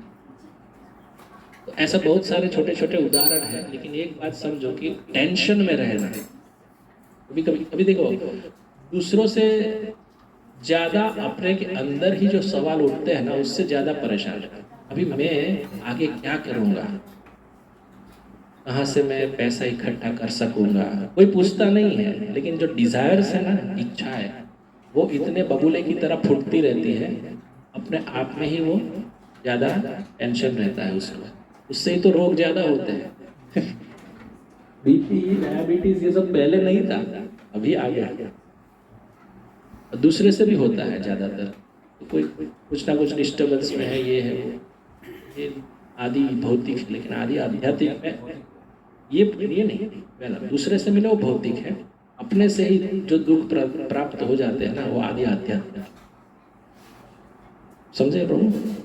खुद ही एक बार सोचते रहे पूरे दिन। हाँ, सोच में ही आ जाता है ना, ये आदि आध्यात्मिक। ठीक है, धन्यवाद प्रभु जी। हरे कृष्ण। किसी का और कोई प्रश्न है? यदि मैं दे पाया तो, वरना नहीं दे पाया तो फिर हम बोलेंगे जो सीनियर वैष्णव है उनको पूछेंगे, मैं तो परिपूर्ण हूँ नहीं। आत्मा और परमात्मा दोनों हमारे हृदय में रहते हैं। हाँ, फिर हम गलत रास्ते पे क्यों चले जाते हैं जब परमात्मा हमारे साथ हैं? हाँ। गलत रास्ते क्यों? बहुत सुंदर प्रश्न है। देखो, ये है श्रवणकर्ता का क्या बोलते हैं उदाहरण।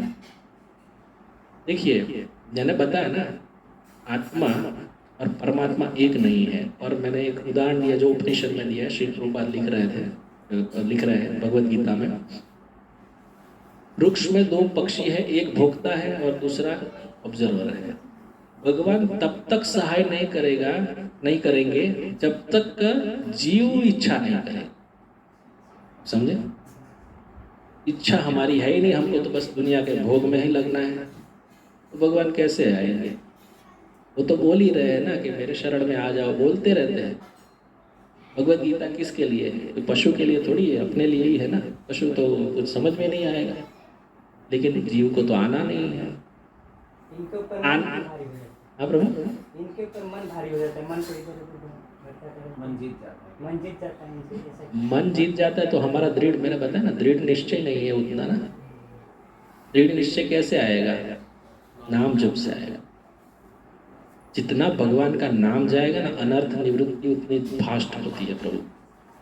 एक ही दवा है, मैं हर बार बताता हूँ, नाम जप के अलावा कोई दवा नहीं। लेकिन यही नहीं हो पाएगा। देखो, आप कोशिश करना, आप बोलोगे ना आज तो मैं, आज चलो एकादशी है, आज मैं 6 माला करूँगा या 10 करूँगा। जो नए नए में आए तो ऐसा मेरा भी जोश आया था, मैं आ गया रास्ते में, नहीं भाई 6 तो नहीं 4 तो कर पाया। जब नए नए में होता है ना तो लेकिन जब भगवान के साथ इतना संबंध हो जाता है ना, इनको वो आसक्ति बढ़ती है ना, तो 12 क्या 16 माला इजी हो जाती है। 16 माला से भी ज़्यादा, 16 तो मिनिमम। श्रील प्रभुपाद ने बोला है 16 माला क्यों बोला है? पता है ना कि बोल दे, चलो उनको बोल दे 2 माला करना, वो ऐसा रूल बना नहीं। जो प्रैक्टिकल नॉलेज है ना वो पता है कि जीव तुरंत माया में पड़ने वाला। आप बोला मन काबू में नहीं रहेगा, मन काबू में रहने के लिए ही भगवत नाम को और बढ़ाना चाहिए। और मैंने लास्ट सेशन में अर्जुन का यही प्रश्न का उत्तर भी दिया था, अभ्यास है न तो कौनते है वैराग्य न च गृह्यते। दोनों साथ साथ चलना चाहिए। अभ्यास कर रहा है लेकिन वैराग्य नहीं है, अभ्यास बहुत कर रहा है लेकिन वहां तो भोगों में पड़ा हुआ है, तो दोनों साथ में नहीं चलेगा। अभ्यास भी करना है और वैराग्य, अपनी इंद्रियों पे कंट्रोल भी होना चाहिए। और कंट्रोल तभी आएगा जब भगवत नाम बढ़ेगा, ठीक है ना, रुचि बढ़ेगी। दृश्य जगत है ना प्रभु, डेंजर है। ये अजामिल की कथा है ना, वो केवल एक शूद्र जाति के 2 स्त्री और पुरुष का संग देख गया, उसमें उसका पूरा ब्राह्मणत्व नष्ट हो गया। देखो कितनी माया का जोर है। कथा आती है श्रीमद् भागवतम में, एक स्त्री और पुरुष अभद्र व्यवहार करते संग कर रहे थे एक वन में, शराब पिए हुए थे, नशे में चूर। और ये ब्राह्मण ये दृश्य केवल देख गया, अपनी पत्नी को निकाल दिया और वेश्या को घर पे ले आया। यहाँ से कथा शुरू होती है। तो अपनी दृष्टि पे बहुत ध्यान रखना चाहिए। आजकल मोबाइल, फिल्मी दुनिया, इसमें हम देखते हैं ना, बहुत हमको नीचे डाल देते हैं। भगवान एक श्लोक कहते हैं भगवद गीता में, सत्वगुण में ऊपर जाते हैं, मध्य तिष्ठन्ति राजसा, ऊर्ध्व गच्छन्ति सत्वस्था, मध्य तिष्ठन्ति राजसा, जगन्य गुण वृत्तिस्था, अधो गच्छन्ति तामसा। तामसिक वृत्ति करेंगे तो और पशु योनि में जाना पड़ेगा। लेकिन भगवान का नाम लिया ना, सब निकल गया है। ये अनुभव है। और मेरा अनुभव चलो लगेगा आपको ठीक है, इनका अनुभव नहीं सुनना है। बड़े बड़े जो है ना, जैसे श्रील प्रभुपाद है और बड़े बड़े आचार्य हैं, उनका अनुभव भी यही है। उनके पद चिन्हों पे ही हम चल रहे हैं। तो केवल नाम जप ही उसका एक मात्र उपाय है। नाम जप करने हेतु किसके पास जोली माला है? सही से करो, दिखे मुझे हाथ में, शर्माना क्यों? बाकी को क्या नहीं करना है? इतना कथा सुनने के बाद शुरू तो कीजिए। नहीं, काउंटर प्रभु ऑप्शन है, बुरा मत लगाना, नहीं लगाना। काउंटर तो केवल एक जरिया है कि जब हम ऑफिस में है, कहीं जा रहे हैं, जर्नी कर रहे हैं, तो करो। घर में तुलसी जी के पास बैठकर या भगवान के साथ बैठकर, आपका जो भी संख्या निश्चित किया है, 4 किया है, बस आसन लगा के बैठ के 4 करो। फिर एक्स्ट्रा राउंड जो भी होता है ना, वो उस पर करो। लेकिन माला पे जप ये ही होना चाहिए। और माला जप का जो विधि है वो भी बता दे, प्रभु जी भी है, मुझे पूछे तो मैं भी बता दूंगा। और माला नहीं है तो मिल जाएगा, वो भी टेंशन मत लीजिए। हमारे पास सब माल पड़ा हुआ है, भगवान की कृपा से माला है। हाँ माता जी बोलो। हम लोग अपनी माला करते हैं ना, नवकार मंत्र की। हाँ। और फिर ये भी माला करेंगे, तो ये दोनों साथ में करें तो कोई प्रॉब्लम नहीं। हरे कृष्ण महामंत्र, मंत्र तो जिंदगी भर एक मंत्र को सिद्ध करना है तो एक ही करो, ऐसा तो नहीं। आप माता जी कोई गुरु अपनाए हैं, गुरु या दीक्षा लिया है? नहीं। तो हरे कृष्ण महामंत्र के लिए भी ऐसा कुछ नहीं है। कोई भी जीव मतलब मनुष्य कर सकता है हरे कृष्ण महामंत्र। आप मानो कोई अलग भी जप रहे हो ना, लेकिन हरे कृष्ण महामंत्र आप जप सकते, कोई नहीं है इसमें। देखो जैन धर्म हो, मैं तो बोलता हूँ ईसाई, देखो कितने सारे ईसाई क्रिश्चियन लोग हैं ना, वो कर रहे हैं कि नहीं?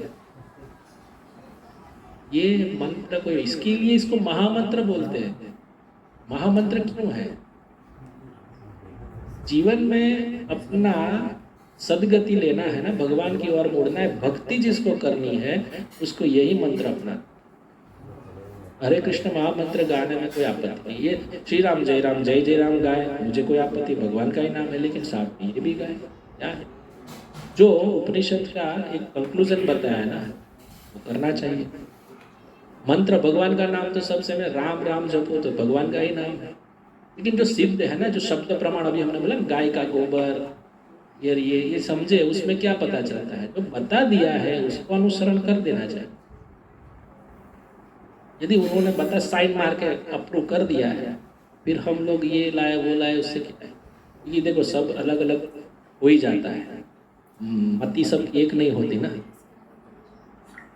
मैं ये करूँगा वो करूँगा, लेकिन भगवान का तो हजारों नाम है। जैसे आप बोल रहे हैं मैं ये जप रही हूँ, आपत्ति नहीं है, वो भी जपो, नो प्रॉब्लम। लेकिन ये जपने के बाद, और मुझे एक बात बताना है, ये नाम जप करने के बाद जो अनुभूति होती है ना, उसको मुझे शेयर करो। माता है साक्षी को शेयर करना, मेरी धर्म पत्नी को, और प्रभु जी मुझे शेयर करना, या कोई दूसरे प्रभु को शेयर करना। देखना ये प्रभावशाली, 1 दिन 2 दिन करने के बाद आपको प्रभाव पता चलेगा, लेकिन नियम से करना।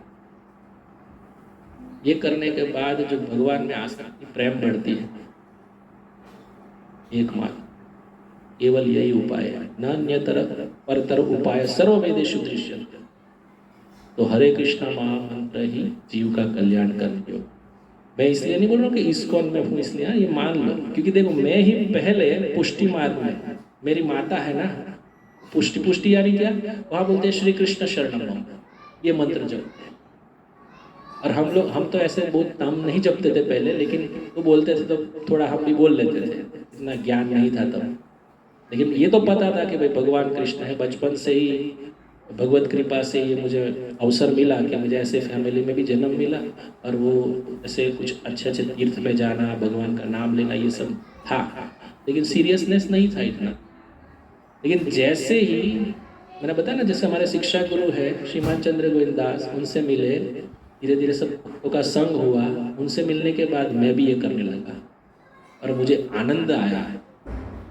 आनंद की अनुभूति जो मिलती है ना, वो ही हमारा लक्ष्य है भगवान। तो इसीलिए मैं ये नाम फिर से शुरू करता हूँ कि ऐसा नहीं मैं तो मेरा ही जपूंगा। मैंने बोला ना, गुरु बदलना हमारे शास्त्रों में नहीं है। कहाँ लिखा है? मुझे ढूंढ के लाओ पहले। गुरु नहीं बदल सकते हमारी, ये नहीं। भगवान कृष्ण ही केवल सर्वोपरि है। कोई कुछ भी बताए, बात बिल्कुल माननी नहीं। पहले बताओ, मुझे प्रूफ दिखाओ। ठीक है, भगवान कृष्ण, भगवान राम आ गए। देखो राम और कृष्ण में अंतर नहीं, फिर राम वाले नाराज हो जाते हैं कभी कभी। नहीं, हाँ ये बोलना पड़ता है मुझे, और हर बार मैं यही बोलता था। राम का नाम लेते नहीं, कृष्ण का तो ये हरे कृष्ण महामंत्र में वही तो है ना। बलराम भी है, राम भी है, सब भगवान का ही तो नाम दोनों है ना। राम कृष्ण तो एक है, अंतर नहीं निमेश। एक के नयन गंभीर है, एक के चंचल विशेष। श्री राम जी गंभीर मुद्रा में रहते, और भगवान कृष्ण देखिए कैसे खड़े हैं, त्रिभंग ललित। और दोनों का जन्म और दोनों की जो कार्यकलाप है ना, वो भी थोड़ी उल्टी फुल्टी। देखना, ये अभी मैं इसमें समय चला जाएगा, लेकिन जानने योग्य है। भगवान राम का जो है ना सीधे, और भगवान कृष्ण टेढ़े। एक पत्नी व्रत भगवान राम का, कृष्ण के 16,108। भगवान की पत्नी सीता जी लंका लेके गए, मतलब रावण उठा के लेके गए। भगवान कृष्ण ने क्या किया, अब की बार उधर लेके गए, अभी मैं अपहरण करूंगा, और अपनी ही पत्नी जो रुक्मणी का अपहरण करके ले आए। पूरी लीला भी देखो, लेकिन है तत्व में कोई भेद नहीं है ऐसे। आप समझ रहे? राम जी आए दिन में, ये आए रात में। हाँ, बहुत छोटी छोटी। अभी रावण ने लंका बनाई समुद्र के उस तट पर, और अभी क्या, इस बार मैं लंका सोने की बनाऊंगा, वो द्वारका के उस पर। दोनों जन्म में देखिए तो विरुद्धाभास दिखेगा, लेकिन अंतर दोनों के कार्यकलाप या तो कला में नहीं है। कुछ लोग बोलते हैं कि अंतर है, नहीं। वही राम कृष्ण में से ही आया है। जैसे भागवत एक प्रमाण है, एतेच अंश कला पुंस कृष्णस्तु भगवान स्वयं। देखो सब 24 अवतार बताया ना, तो सूत गोस्वामी बोलते हैं वराह, नरसिंह, ये सब जो अवतार लेने के बाद लास्ट में एक कंक्लूजन आप बता, मुझे याद नहीं श्लोक, लेकिन प्रथम स्कंद का प्रथम अध्याय का ही कोई श्लोक है, उसमें ये बताया कृष्णस्तु भगवान स्वयं। ये सब तो केवल कला अंश अवतार है, लेकिन भगवान कृष्ण ही सर्वोपरि है। सर्वोपरि यानी क्या, सुप्रीम पर्सनालिटी ऑफ गॉड है। ये स्वयं भागवतम में लिखा है, और भागवतम तो अंतिम ग्रंथ है। 17 पुराण लिखने के बाद 18वां जो भागवत पुराण लिखा ना व्यासदेव ने, ये अंतिम है। उसके बाद कोई उन्होंने कलम छोड़ दी थी, कुछ लिखा ही नहीं है। यही सार है, श्रीमद् भागवतम ही सार है। और उसमें लिखा है भगवान कृष्ण ही सर्वोपरि है। अभी हम लोग क्यों इधर उधर करें? ये तुलसी जी है, उसके मूल में मैं पानी डालूंगा तभी तो ये पुष्ट होगी ना। मैं पत्ता धोता रहूं, डाली धोता रहूं, ठीक है, उनको अच्छा लगेगा, लेकिन पुष्ट तो तभी होगी जब मूल में मैं जल डालूंगा। तो मूल भगवान कृष्ण है, ये बात समझनी चाहिए। जिसको कृष्ण कॉन्शियस होना है, जिसको international society for Krishna conscious में रस है, उन लोगों को भगवान कृष्ण का भजन करना ही पड़ेगा। यदि नहीं होता है तो मैं इसमें कुछ नहीं कर सकता, क्योंकि ये तो इसी की ही बात करेगा जो सत्य है और प्रमाण है। कोई बहस करने आ जाए तो मेरे साथ आ सकता है, क्योंकि मैं तो इतना निचोड़ लेके बैठा हूँ इधर, और मुझे जो नहीं होगा तो मैं तो कोई वरिष्ठ भक्त का सहाय लूँगा। वो बताओ भाई कहाँ है और लिखा हुआ। अंतिम बात यही आएगी कि supreme personality of God head is Krishna, और उसका भजन करने से ही सब निवृत्ति होगी। समझ रहे ना प्रभु? ठीक है, कोई और प्रश्न नहीं है? सीधा महाप्रसाद गोविंद। प्रसाद खाने का आग्रह। दूसरी बात एक प्रश्न ये भी है कि कुछ दूसरे ग्रंथ भी पढ़ते हैं, जैसे कभी ऐसा तो पढ़ा नहीं है ज़्यादा, लेकिन उसमें ऐसा आ जाता है कभी कभी कि मतलब कृष्ण जी का भी वर्णन है उसमें। तो ऐसा कुछ मतलब कॉन्फ्लिक्ट होता है? कॉन्फ्लिक्ट नहीं, कॉन्फ्लिक्ट जो पढ़ते हैं या तो जो पढ़ा रहे हैं ना उसके अंदर। मतलब ग्रंथ में आप कौन सा ग्रंथ पढ़? जैसे एक जगह मैंने पढ़ा था कि जैसे नेमिनाथ भगवान जो गिरनार जी में है ना, गिरनार पर्वत में जो नेमिनाथ प्रभु के चरण जैन धर्म, तो वो नेमिनाथ प्रभु जो मतलब जो वैरागी जब उनको हुआ तो उस टाइम में कृष्ण भगवान उनके कजिन ब्रदर के रूप में थे। भगवान देखो, अभी मैं आपको बता दूं, ये थोड़ा मुझे नहीं उसका मैं समाधान दे दूं, बताता हूँ।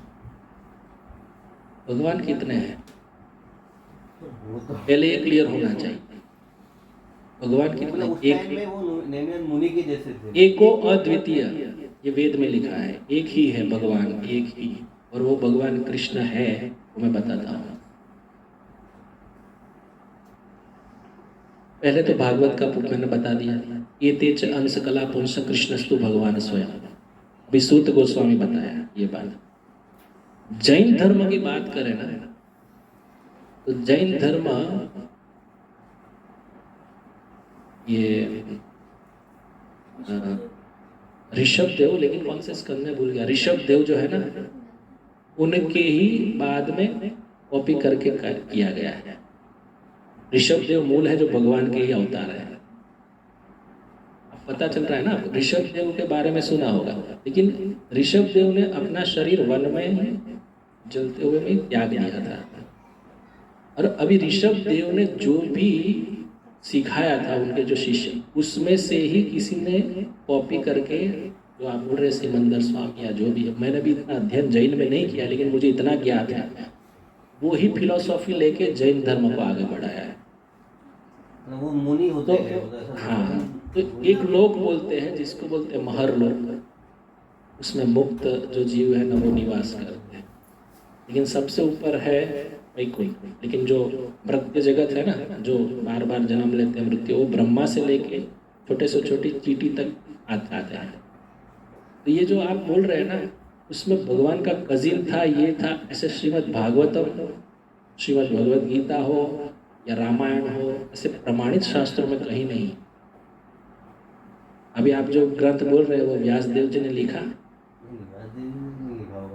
तो बाद में जो आते हैं ना, जैसे अभी देखिए ये बोलते हैं कि जीसस क्राइस्ट और मोहम्मद पैगंबर ने कुरान, ये सब भी भगवद गीता का ही लिया हुआ है। और जो जैन धर्म में भी आया है ना, वो भी अच्छी बात है, ऐसा नहीं कि कुछ गलत है, लेकिन बात मूल ये है कि भगवान ही तो पीछे हम लगा देंगे ये इसके थे उसके थे, लेकिन प्रमाण किधर है भाई? आज से 5,500 साल पहले ऐसी भी बात नहीं। देखो यहाँ पे ना, ये ज्ञान मैंने सर्वप्रथम सूर्य देव को कहा, इमं विवस्वते योगम प्रोक्तवान अहम अव्ययम। भगवान ने ये करोड़ों साल पहले सूर्य देव को कहा। अभी आप बताइए, भगवान ने सूर्य देव को कहा तो कौन अंतिम छोर है? तो प्रमाण ये देखें तो जैसे मूर्तियाँ कहीं कहीं मिलती हैं जैसे पुराने, लेकिन इसने देखिए, इसने किया प्रमाण तो भाई, मतलब प्रत्यक्ष प्रमाण हमने श्रवण नहीं किया। जैसे सूरज दिखता है मुझे छोटा थाली जैसा, लेकिन है जब जाएगा अरे तो बड़ा है। हाँ मतलब तो हमारी नजरों से देखा ना, आंखों से भी देखा, वो भी धोखा है कभी कभी। साइंस ने बाद में प्रूव किया। हाँ, हमको ये देखना है कि हमारे जो प्रमाणित शास्त्र है, पूरा विश्व इसको, अभी देखो बुरे लोग से लेके सभी जो गोरे लोग ये भी मानते हैं। मे भी उन्होंने भी रीड भगवत गीता से ही सिद्धांत लिया है। जैन धर्म में भी आप देखो, भगवत गीता से ही सिद्धांत लिया है। करना तो यही पड़ेगा। देखो कोई भी धर्म में चले जाओ, मुसलमान हो, ईसाई हो, कुछ भी, अंतिम छोर यही है सनातन धर्म। और सनातन धर्म में केवल भगवान कृष्ण का यदि शरण नहीं लिया तो बार बार जन्म लेके आना ही पड़ेगा। मुक्ति जो बोलते हैं ना, 4 प्रकार की मुक्ति है प्रभु बोलिए अभी, लेकिन भगवान के भक्त को मुक्ति नहीं चाहिए। हमारे नरसिंह मेहता कहते हैं मुक्ति तो हमको चाहिए ही नहीं, बार बार जन्म चाहिए और आपकी भक्ति और सेवा, वैष्णव की सेवा करनी है, मुक्ति नहीं चाहिए। जैन में तो ये बताना मुक्त हो जाना है, मोक्ष प्राप्ति। मोक्ष क्यों चाहिए भाई?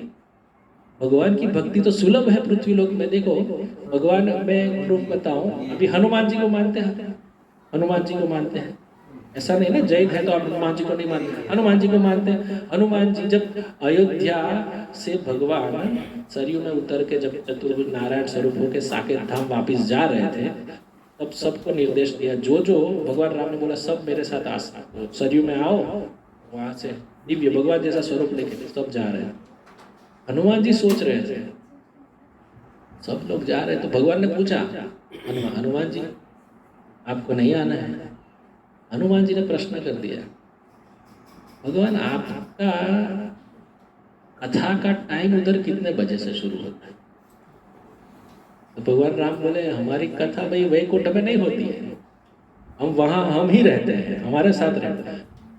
तो फिर मुझे नहीं आना।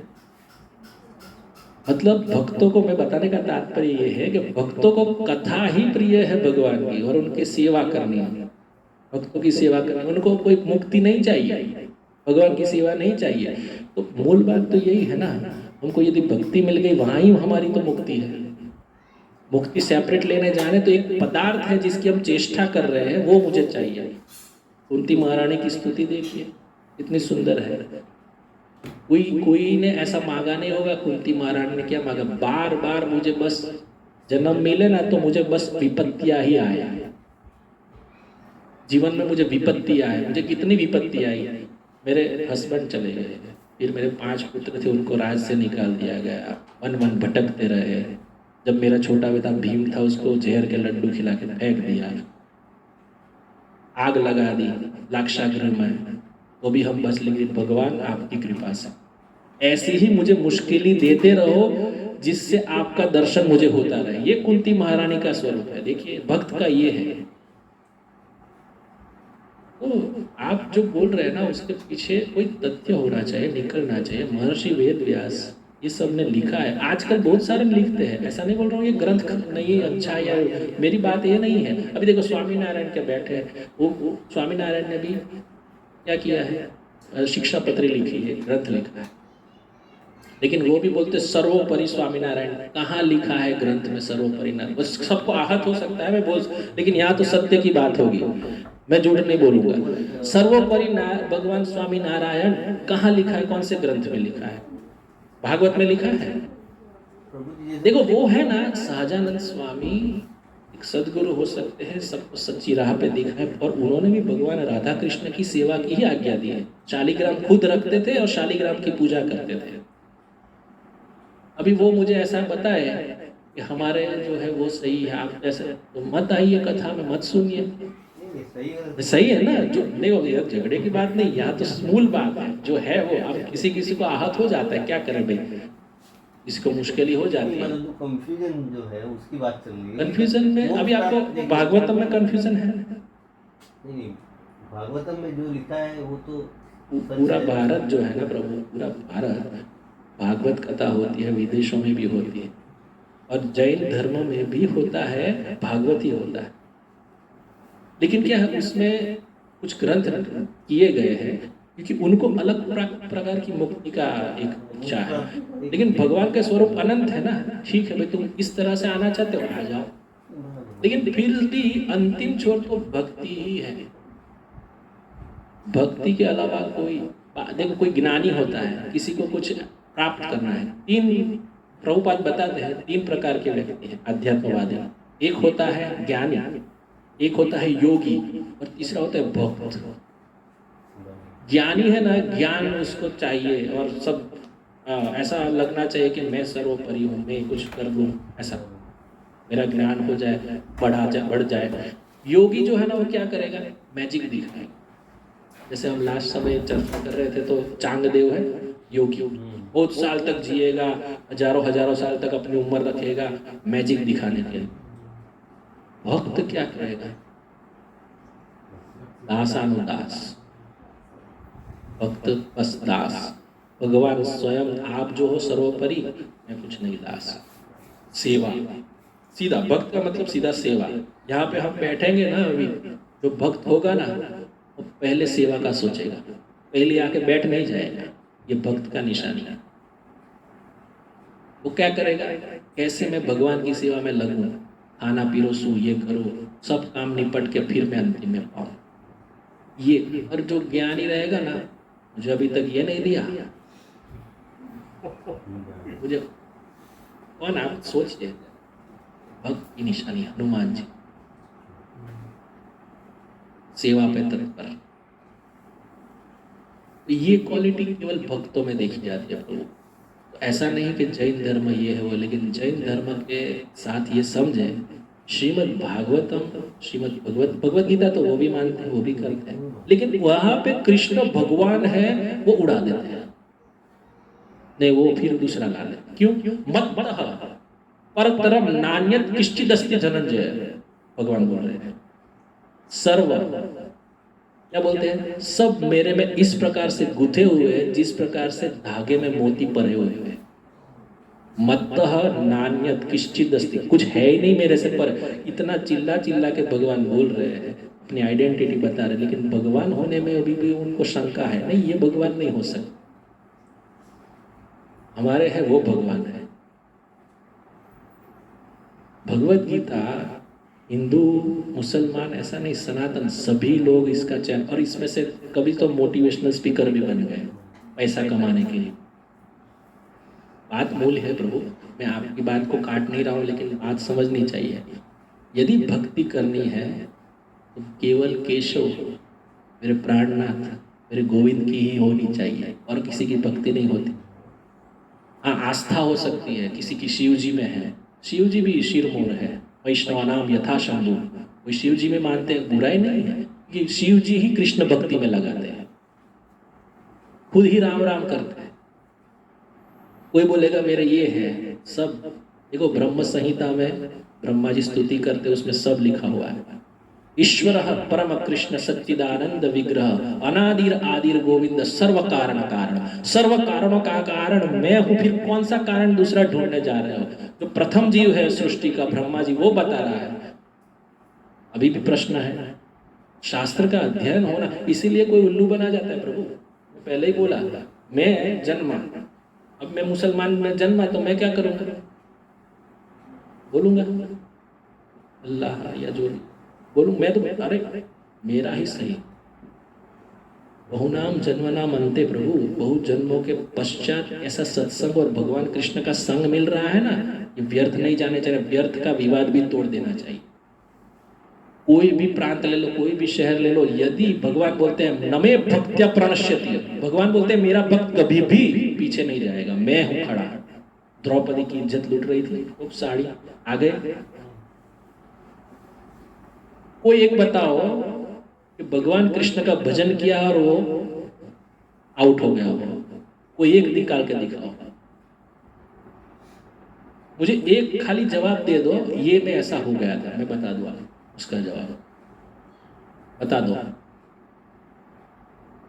भगवान कृष्ण है ना वही है, भगवान राम है वही है, और वही सब एक ही है। ऐसा नहीं है कि हम 2-4 नाम दे रहे हैं, किसी को नरसिंह जी की प्रार्थना हम गाते हैं, लेकिन क्या बोलते हैं, केशवधृत नरहरि रूप, मतलब केशव यानी क्या, भगवान कृष्ण ही नरसिंह बने हैं। भगवान राम जो है वो जो बने वो कृष्ण ही है, कृष्ण में से राम। ये पूरा एक टॉपिक है प्रभु, मैं इसके विषय में, हमारे जो षड गोस्वामी इसके विषय में लिखे हैं, वो पूरा अध्ययन करके लिखते हैं। हमारी तरह नहीं कि हमको थोड़ा थोड़ा ज्ञान है हम बोल दिए, पूरा प्रूफ के साथ लिखते हैं। ये समझना चाहिए, किसी को ऐसा दिल में लगे तो मुझे ऐसे बात नहीं है कि उसको लगे, लेकिन जो सत्य है वो बात तो मैं बताऊं। नाम जपना है तो भगवान का, एकम शास्त्रम देवकी पुत्र की कथा। देखो आदि शंकराचार्य जी जो है ना वो मायावादी थे। मायावादी पता है, अभी मैंने बताया ना आत्मा और परमात्मा दो अलग है, वो क्या बताया, आत्मा परमात्मा एक ही है, उसको मायावादी बोलते हैं। परमात्मा का स्वरूप कोई भी ले सकता है, कोई भी ऐसा जो बताया ना वो मायावादी है, उसके चक्कर में नहीं पड़ना चाहिए। आत्मा मेरा, चलो मैं बोलता हूँ सब एक है, आपका जो व्यक्तिगत स्थित है ना आपका स्वरूप और मेरा, आपके मन में जो चल रहा है वो मैं जान जाऊंगा ना फिर, यदि एक है तो। क्यों आप क्या सोच रहे हैं ये सिर्फ मैं तो नहीं जानता, लेकिन भगवान सब जानते हैं, तो सबके दिलों में बैठ रहे हैं। ईश्वर सर्वभूतानां हृदयेषु अर्जुन तिष्ठति, भ्रामयन् सर्वभूतानि यंत्रारूढ़ानि मायया। भ्रामयन घूम रहा है, शरीर बदल रहा है यंत्र के तरह, जैसे बोलते हैं ना कोई इंजन स्टार्ट करते तो चल रहा है, फिर बंद करते बंद हो गया। इंजन जो है ना वो हम लोग हैं, मतलब शरीर है, और अंदर जो चल रहा है ना जिसकी वजह से वो आत्मा है, और वो हमारा स्वरूप है। व्यक्तिगत आत्मा सब में है, और व्यक्तिगत आत्मा के साथ साथ परमात्मा बैठा है, वरना कर्म का लेखा जोखा कैसे बनेगा, मुझे बताइए। मैंने इतने पाप किए, इतने अच्छे किए, फलाने किए, जब भगवान और आत्मा दोनों निकल गए ना, परमात्मा जब संयमी पुरी यमपुरी, यार देखो अभी भगवान का जो नाम ले रहा हो तो उधर जाएगा नहीं, लेकिन मैं बता रहा हूँ वहाँ पे चित्र दिखाया जाता है, सीसीटीवी कैमरा। बोलो ये किया था ना, यहाँ पे इसने इसका पैसा मार लिया था, इसने पॉकेट चोरा था, इसने ऐसा किया था, बोला था अंडे पड़ेंगे उधर, झूठ नहीं बोल सकता, चित्र ही दिखा देंगे। क्यों क्यों परमात्मा ने सब ऑब्जर्वेशन किया है बैठ बैठ कर, झूठ नहीं बोल सकता। इसलिए बोलते ना परमात्मा से डरो। परमात्मा क्यों डरो भाई, देख ही रहा है वो हम क्या कर रहे हैं। और सब लोग ये बोलते हैं हम किसी का बुरा करते नहीं, सब अच्छा ही कर रहे हैं, उसमें क्या भगवान आ। देखो कुछ कर नहीं रहे तो फिर ऐसे ही चलेगा। कोई किसी बुद्धिमानी किस में है, जाओ मर जाओ फिर जन्म लो, मर जाओ फिर जन्म लो, कोई इसका छोरी नहीं है। ये विज्ञान है, पहले भगवान को समझने से पहले हमको समझना पड़ेगा। ये समझ गए ना तो क्लियर है, भगवान कृष्ण ही मूल है, सर्व कारणों के कारण है, और इनकी भक्ति करके ही हम निवृत्त होंगे। हरे कृष्ण। प्रसाद लेंगे, ठीक है। हरे कृष्णा कृष्णा कृष्णा हरे हरे, हरे राम राम राम हरे हरे। जगत गुरु श्रील प्रभुपाद की जय। पिताय गौर प्रेमानंदे।